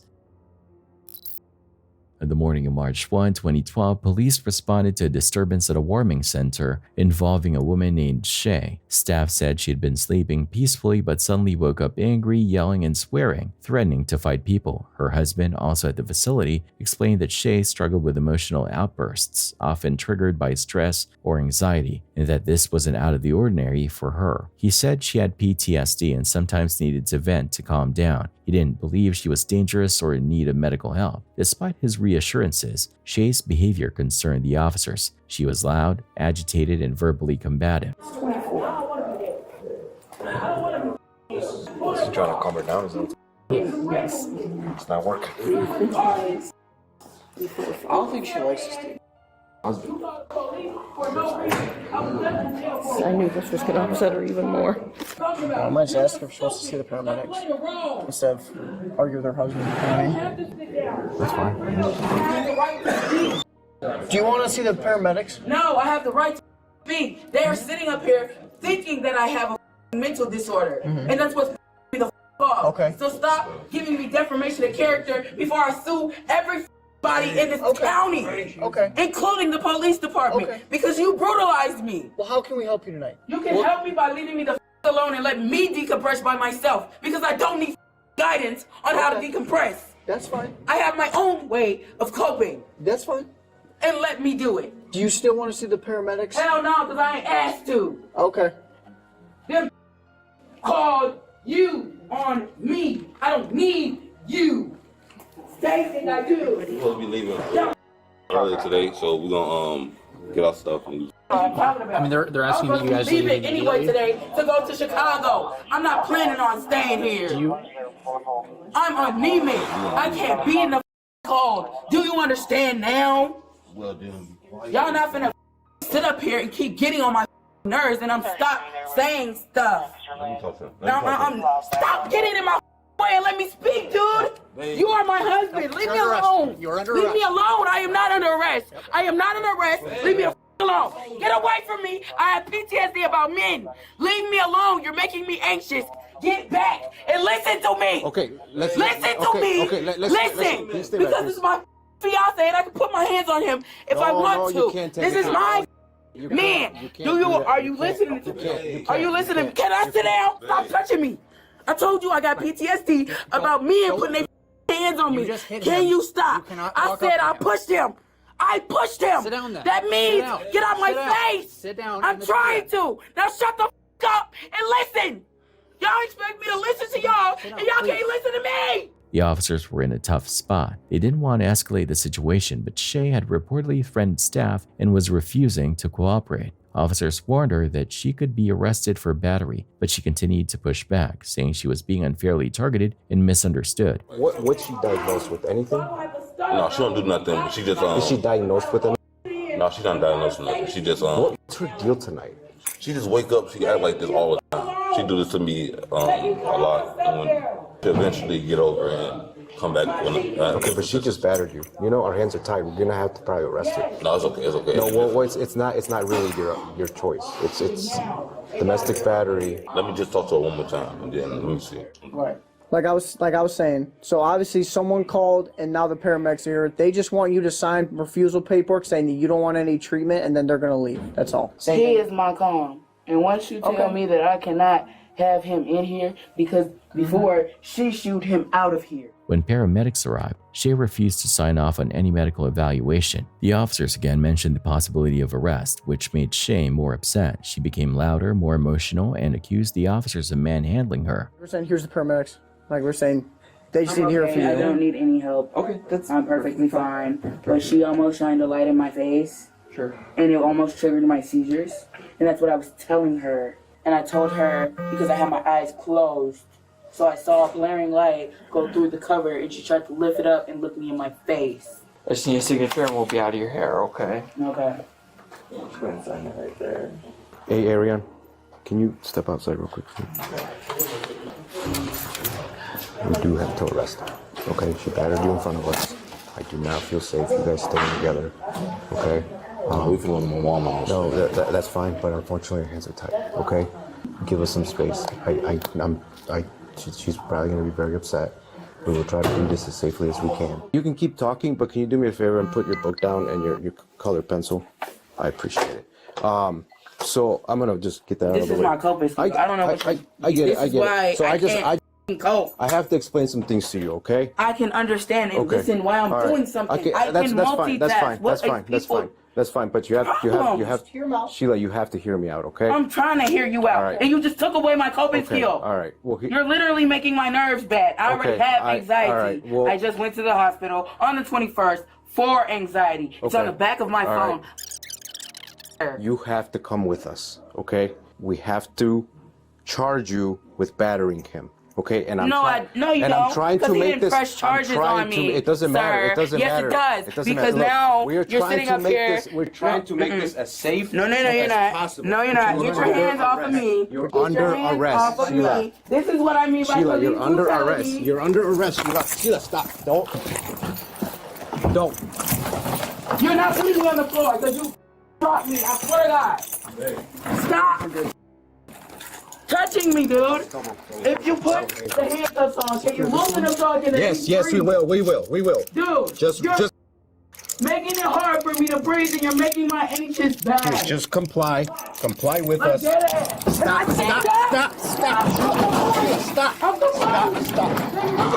Can you look at me? Can you stop? Stop. Can you calm the down? Just comply with us. Eventually, Shay was physically restrained and taken to a patrol car, still arguing and claiming police brutality. Facebook! Get up! Put it on Facebook! Get up! They're killing me! They're killing me! Stop resisting! They're making it hard for me to breathe! And they're not listening! They're pulling on my arm! Listen, I'm a civilized citizen!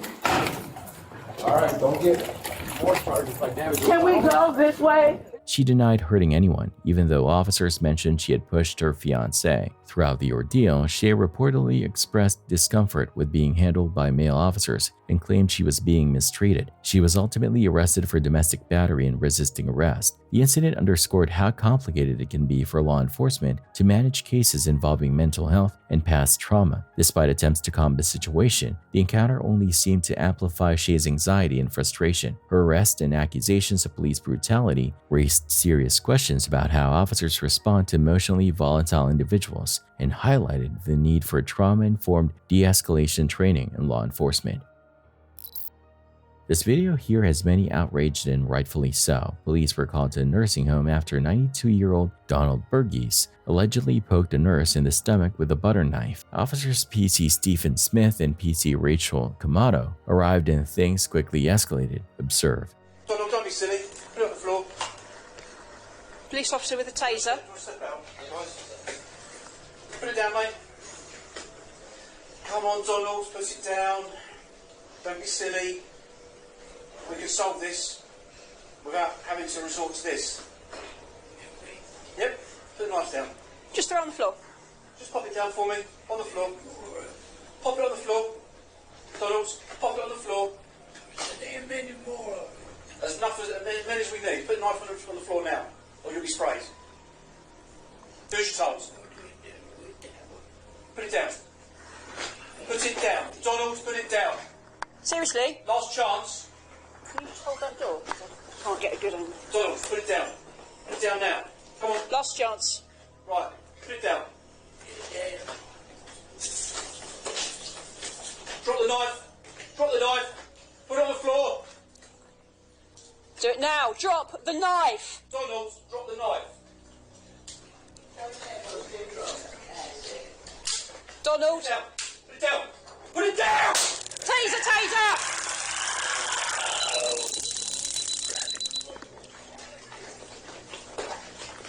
Donald was pepper sprayed and tased, and this sparked controversy. Some believe the officers were in the right, and others believe this was assault and wasn't justified. Donald was taken to the hospital and passed away 3 weeks later from COVID. The officers denied the counts of assault, but what do you think of this? Put it down. Drop the knife. Drop the knife. Put it on the floor. Do Do it now. Drop the knife. Donald, drop the knife. Donald. Put it down. Put it down. Taser, taser.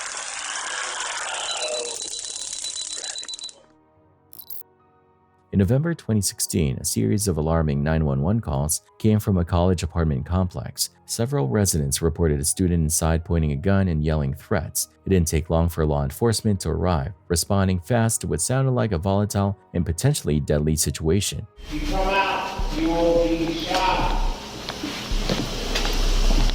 Stay in your room.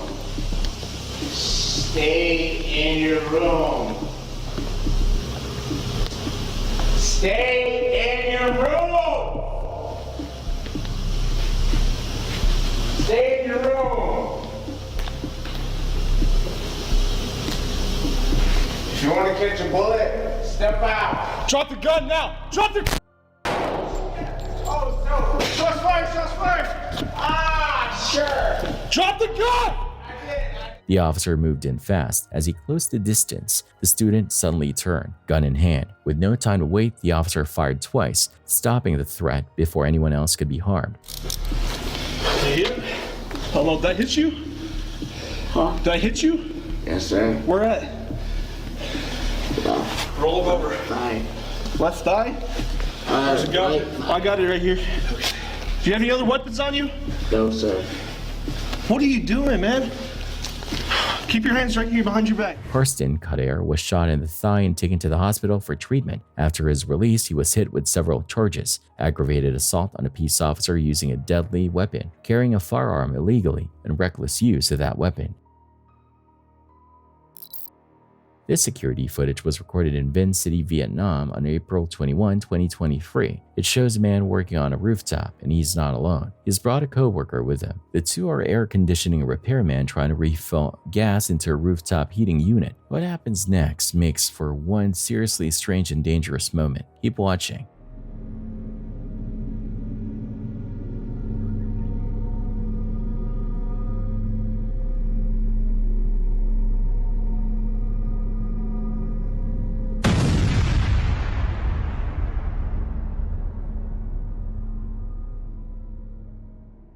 While the two workers were pumping gas into the unit, suddenly exploded, hard enough to send a loud bang echoing through the neighborhood. Some questioned if the sound was added later, but Vietnamese sources confirm it was real. Both men were hurt and rushed to the emergency room, and an investigation followed right after. They reportedly survived the blast, but no updates have been shared in over a year. Hey! You're on camera! Please help me before... Come on, man. I'm about to grab a pack of cigarettes and just come back tomorrow and pay for them. Working long shifts at a gas station can take a toll, and in this clip, the clerk is completely knocked out behind the counter. The customer filming just wants a pack of cigarettes and even tells the sleeping worker he's gonna grab one and come back to pay the next day. Alright, whatever then. You ain't gonna me out, dude.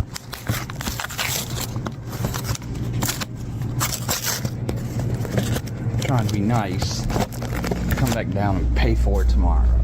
Surprisingly, he only takes a single pack, nothing more, and since there don't seem to be any other stores around, there's a good chance he came back the next day, just like he said he would.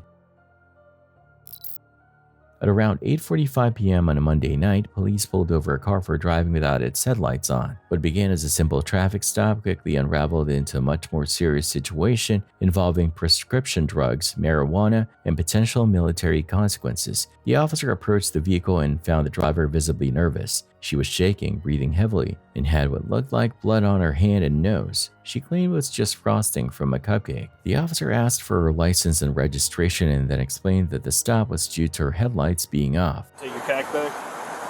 All right, give me 1 minute, don't get out the vehicle, okay? Can you open your door and step out for me?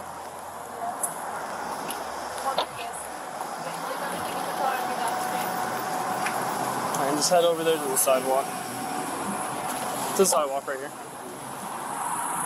Alright, so, I don't know if I ever told you, but the reason I stopped, you got no headlights on. Or they're out. One of the two. Oh. So, My car has been out, and I was driving my ex-boyfriend's for a while, and he had automatic headlights, so I had to get reused to my manual headlights. I have to pull them out, and I guess I forgot to pull them out. I'm sorry about that. No worries. I'm just going to give you a warning. Everything's good with your license, okay? He's going to run the K9 around your car real quick, and then if everything's good, then we'll let you go, okay? Thank you so much. While they waited, the driver chatted with the officer and revealed that she had a background in law enforcement. Her mom and stepdad worked in the field and she once considered a career in it herself. She also shared details about her fiancé, who was in the passenger seat, and their life together in Key West. My mother is a correction officer worker, and so is my stepdad, and then my grandfather's in law enforcement. And I wanted to go into it for like a little bit, but then I wanted to start my own business, so... Yeah, that doesn't meld together very well.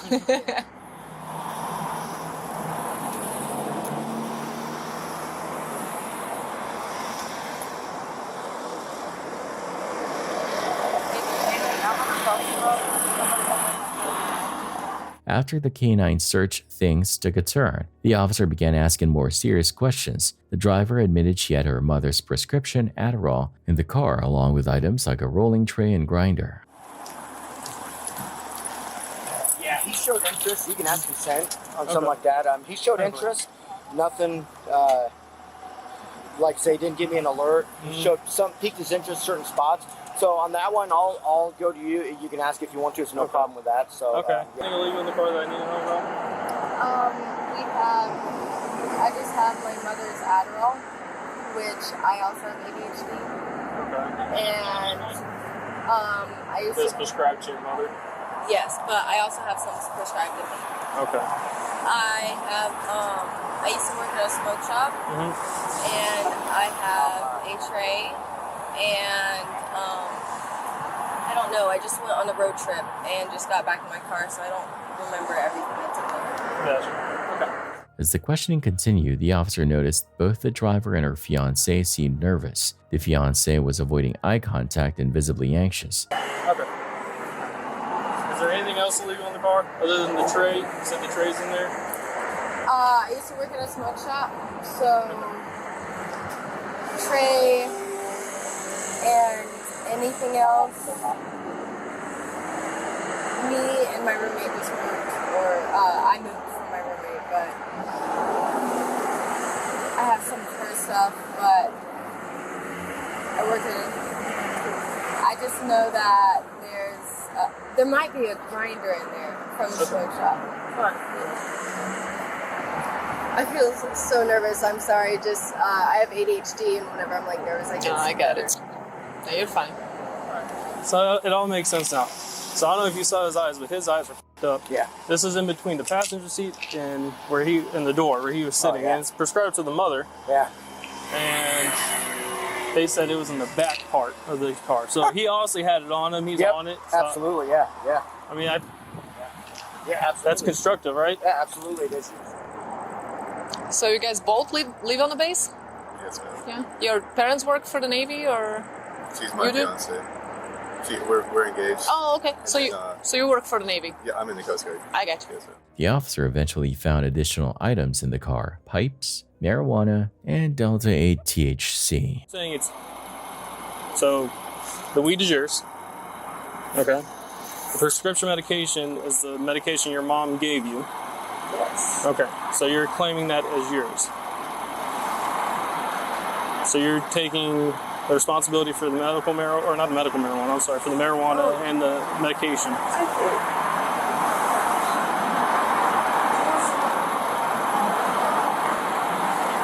Because you also told me it was next to your center console and it was nowhere near the center console. So that either says you're lying to me about it, or he moved it when I walked up. You're good. In an attempt to hide it. No, it might have rolled across the floorboard. I don't know where you That means I would found have to roll across. I told you where it was. It was in between the door and his seat. So that means if it rolled across, it would roll across his lap and fall. So that means Can I call? he has no sense of direction or what's going on. Can I call my mother? That's not going to do anything. You already admitted to taking the medication and your mother giving it to you. A search of the fiancé led to more marijuana being discovered in his pocket, and he was arrested for possession of a controlled substance. And being in the military, you got to make smart decisions about bringing it on in and on the base. Because I can tell you, if it was the base I was on, you'd be by the UCMJ right now. Yes, sir. Yes, sir. I mean, I could just get it all done in the ocean for you. Do you have anything illegal on you? No, sir. Can I pat you down real quick? Yeah. Can I go inside your pockets? Yes, sir. Okay. Just stay like that.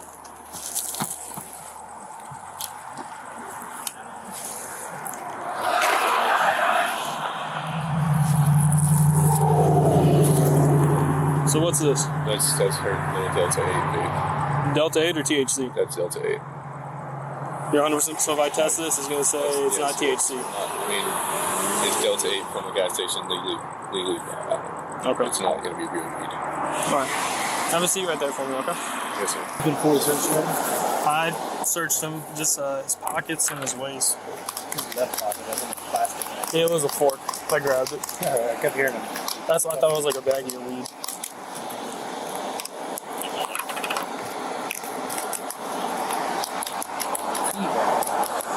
It's weed.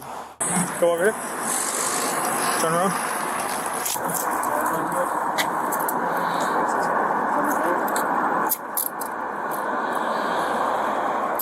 The driver became emotional, insisting it was all a misunderstanding. She argued they didn't even know the real reason for the stop until after the search. The fiancé, clearly upset, said his phone had died and he couldn't call his mom to explain what happened. In the end, the officer reminded them how serious the situation was, especially for the fiancé, whose military career could be at risk.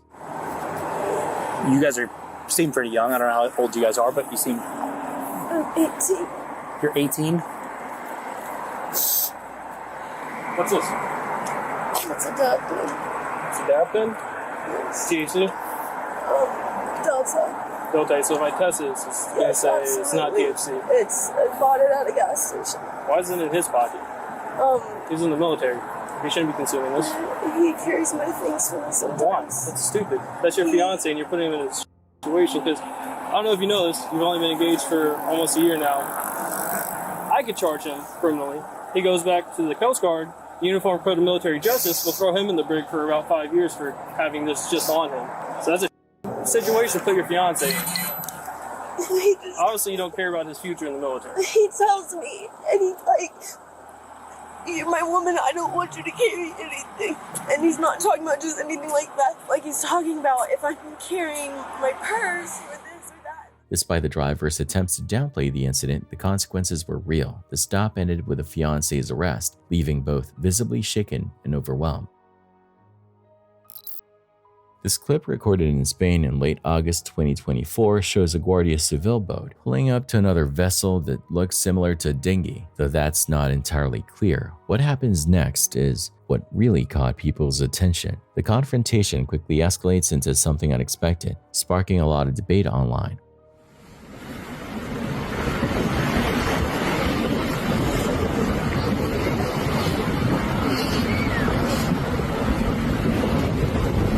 Mira tú. Mira, sí,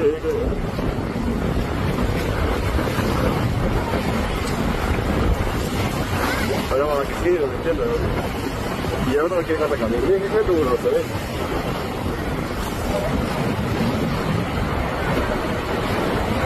Agachua, agachua. Allez, agachua. Agach. La transfante. Mira muy bien.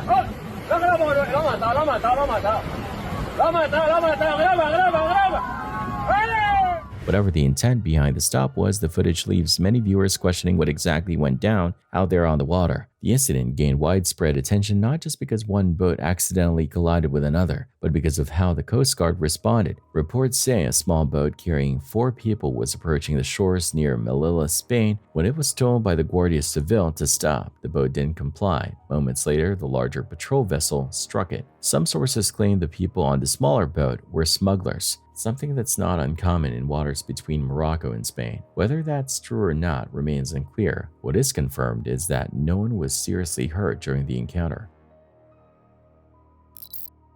3 men walked into a fast food restaurant in Houston on the night of May 9, 2025, acting like regular customers at first, but that quickly changed.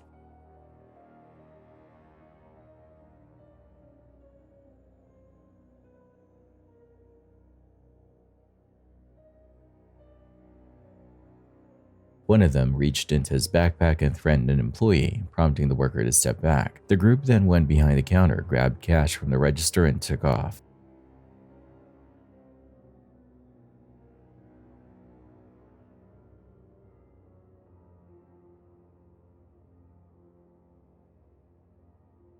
Police say the suspects fled in an unknown direction, and their identities are still unknown.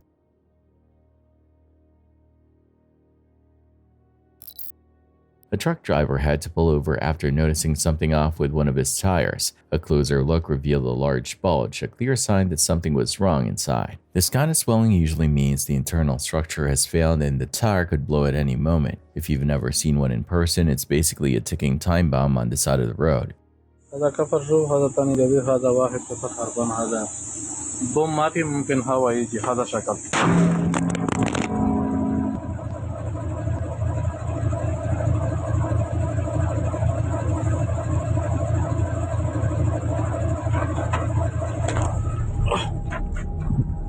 If a tire looks like it's about to blow, the last thing you want to do is touch it, especially not with your foot. Unfortunately, that's exactly what this truck driver did. After pulling over and spotting a huge bulge in the tire, he pressed down on it. The result? A violent explosion that launched him backward. Thankfully, it wasn't a fatal mistake. According to the original source, the man was mostly okay. He was even seen picking up his phone afterward, which had flown out of his hand from the blast. Let this be a reminder: if something looks ready to burst, keep your distance.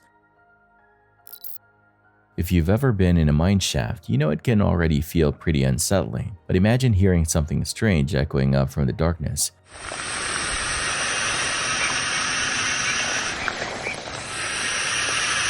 That's exactly what happened in a video posted by YouTuber Retro Electrovale back in 2011. While exploring a shaft in Mine Canyon Del Sur, California, they came across an open tunnel with an eerie hissing sound coming from deep inside. You can't see what's down there, and that's what makes it worse. I think it's on the right. The noise could be anything, maybe snakes, maybe something less explainable. No matter what the source is, the sound alone is enough to raise the hairs on your neck. And they said that guy right there. It's that guy right there. He came. I went to the bathroom, and my daughter came in screaming. I'm like, "What happened?" And she said, "Will's here." And I said, "What?" Did you guys ever carry on any type of messaging relationship where you guys were talking back and forth? No. No? So you just met her at the gym one day. She worked at the gym that you went to. You met her. You asked her for her Instagram. And you just developed this relationship in your mind. Not really. There was never one in real life, basically. On December 30, 2022, deputies responded to a disturbing call from a mother who feared her 19-year-old daughter was being stalked. The situation quickly unfolded into a troubling case of obsession, misunderstanding, and delusion. The man at the center of it had first met the young woman at the gym where she worked. He joined in June and had only brief, polite interactions with her, but he interpreted these as meaningful. Despite her friendliness being nothing more than professional courtesy, he became convinced there was a deeper connection. He even invited her to his birthday party, though she never responded. Over time, he began to believe she was sending him hidden signals through her Instagram posts, like pictures of birdhouses and sunrises, which he saw as cosmic signs meant specifically for him. His obsession escalated when he drove 25 hours from New Jersey to Key West, Florida, believing the woman was vacationing there based on one of her posts. He claimed her pictures matched themes he felt were linked to his life. In reality, she had blocked him on social media due to his odd and persistent behavior, but he continued messaging her through fake accounts, stalking her profiles, and even contacting her friends. He called her his muse online, despite having no real relationship with her. I thought that this girl was into me. And she was about a girl. We came to Florida for a girl, okay? And I thought that I was getting signs that to come out and come down. Okay, so you listened to intuition from the universe? I was hearing signs from the universe. I had thought that I had found a playlist from her about me because of the poem I wrote about her. Okay. Do you know this person in New Jersey? Like, is this somebody else from New Jersey? Yes. Okay. How do you know, like, how long have you known them? I knew them from June. Since June? How did you meet? At the gym. At the gym? He went so far as to learn about a charity walk she was involved in, saying he planned to attend. He used alternate online tools to view her blocked social media accounts and even messaged her mother on Facebook. Further alarming the family, the situation became intolerable and her mother reached out to law enforcement. After investigating, deputies determined the man's actions met the legal definition of stalking. He was arrested in Key West and charged with cyber stalking, cyber harassment, and harassment. During questioning, the man didn't seem to understand the gravity of his actions. He insisted he wasn't a threat and claimed he was simply following his intuition, seeing himself as harmless and guided by what he believed were spiritual signs. She never invited you. You say you found a playlist that told you to come back. What is they say? He's sick and he needs help. He's telling me he got mixed signals. I said, from who? And he said, from my intuition. So how did you know she was in Florida? I was...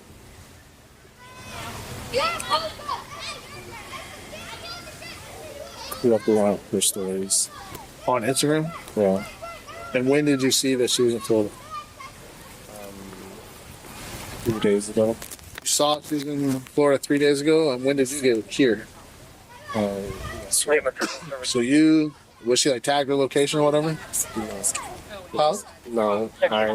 Whenever I posted a story, she would post a story like a minute after, 3 minutes after.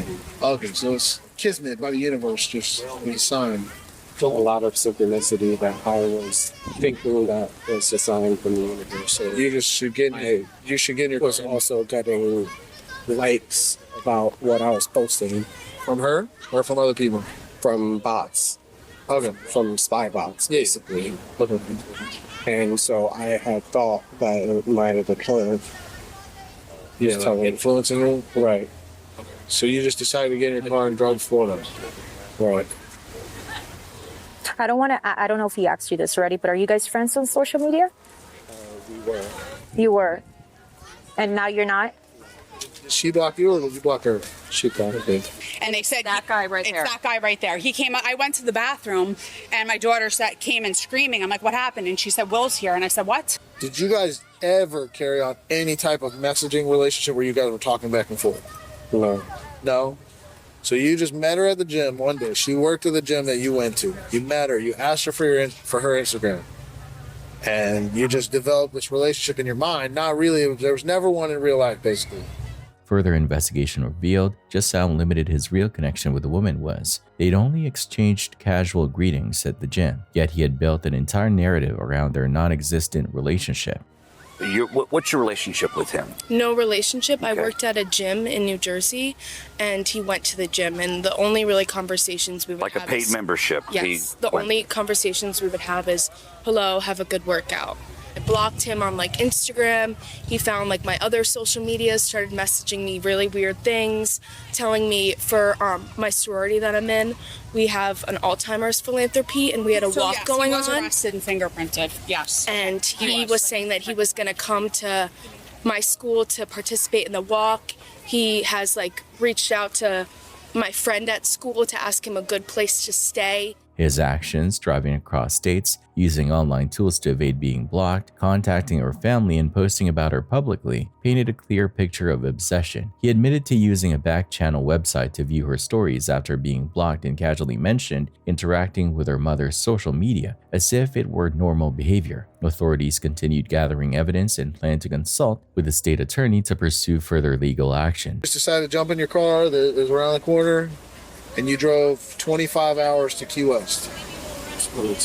Just Did you, I mean, honestly, did you think there was anything wrong with what you did? I think that I'm harmless. I know I'm harmless. Mm-hmm. Do you think that perception, people think they perceive you as harmless? That's unfortunate. Because, I mean, like, I'll be honest with you, if you followed me 22 hours, I wouldn't do it. If you drove across the eastern seaboard, I would not think you literally almost can't get higher than New Jersey. There's maybe 3 states higher than New Jersey, and you drove all the way. You got about 40 miles to the end of the road. That means you drove the entire eastern seaboard of the United States to come see a girl that blocked you 6 months ago. In the end, the man was charged with 2 counts of aggravated stalking. The case serves as a chilling example of how innocent everyday interactions can be misinterpreted by someone struggling with obsession, and the serious consequences that can follow when boundaries are ignored. Passengers aboard SAI Intercontinental Flight C-2205 experienced a terrifying moment as their Boeing 737 came in to land at Malabo International Airport in Equatorial Guinea. The plane had just completed a short flight from Bata, but the weather conditions on arrival were anything but smooth. Heavy wind and rain made the descent shaky and unpredictable, leading to a rough and unnerving landing that left many on board visibly shaken. The video taken by passengers shows the intensity of the moment and just how quickly a routine landing can turn into a tense experience when nature doesn't cooperate.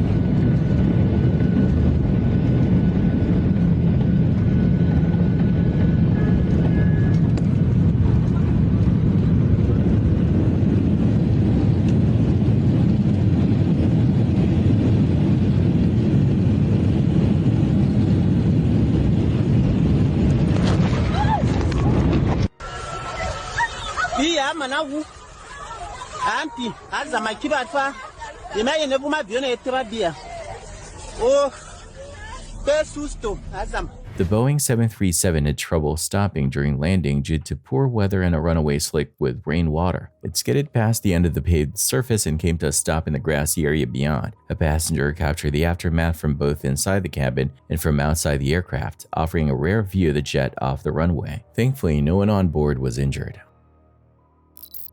Thanks for watching. Stay vigilant, friends.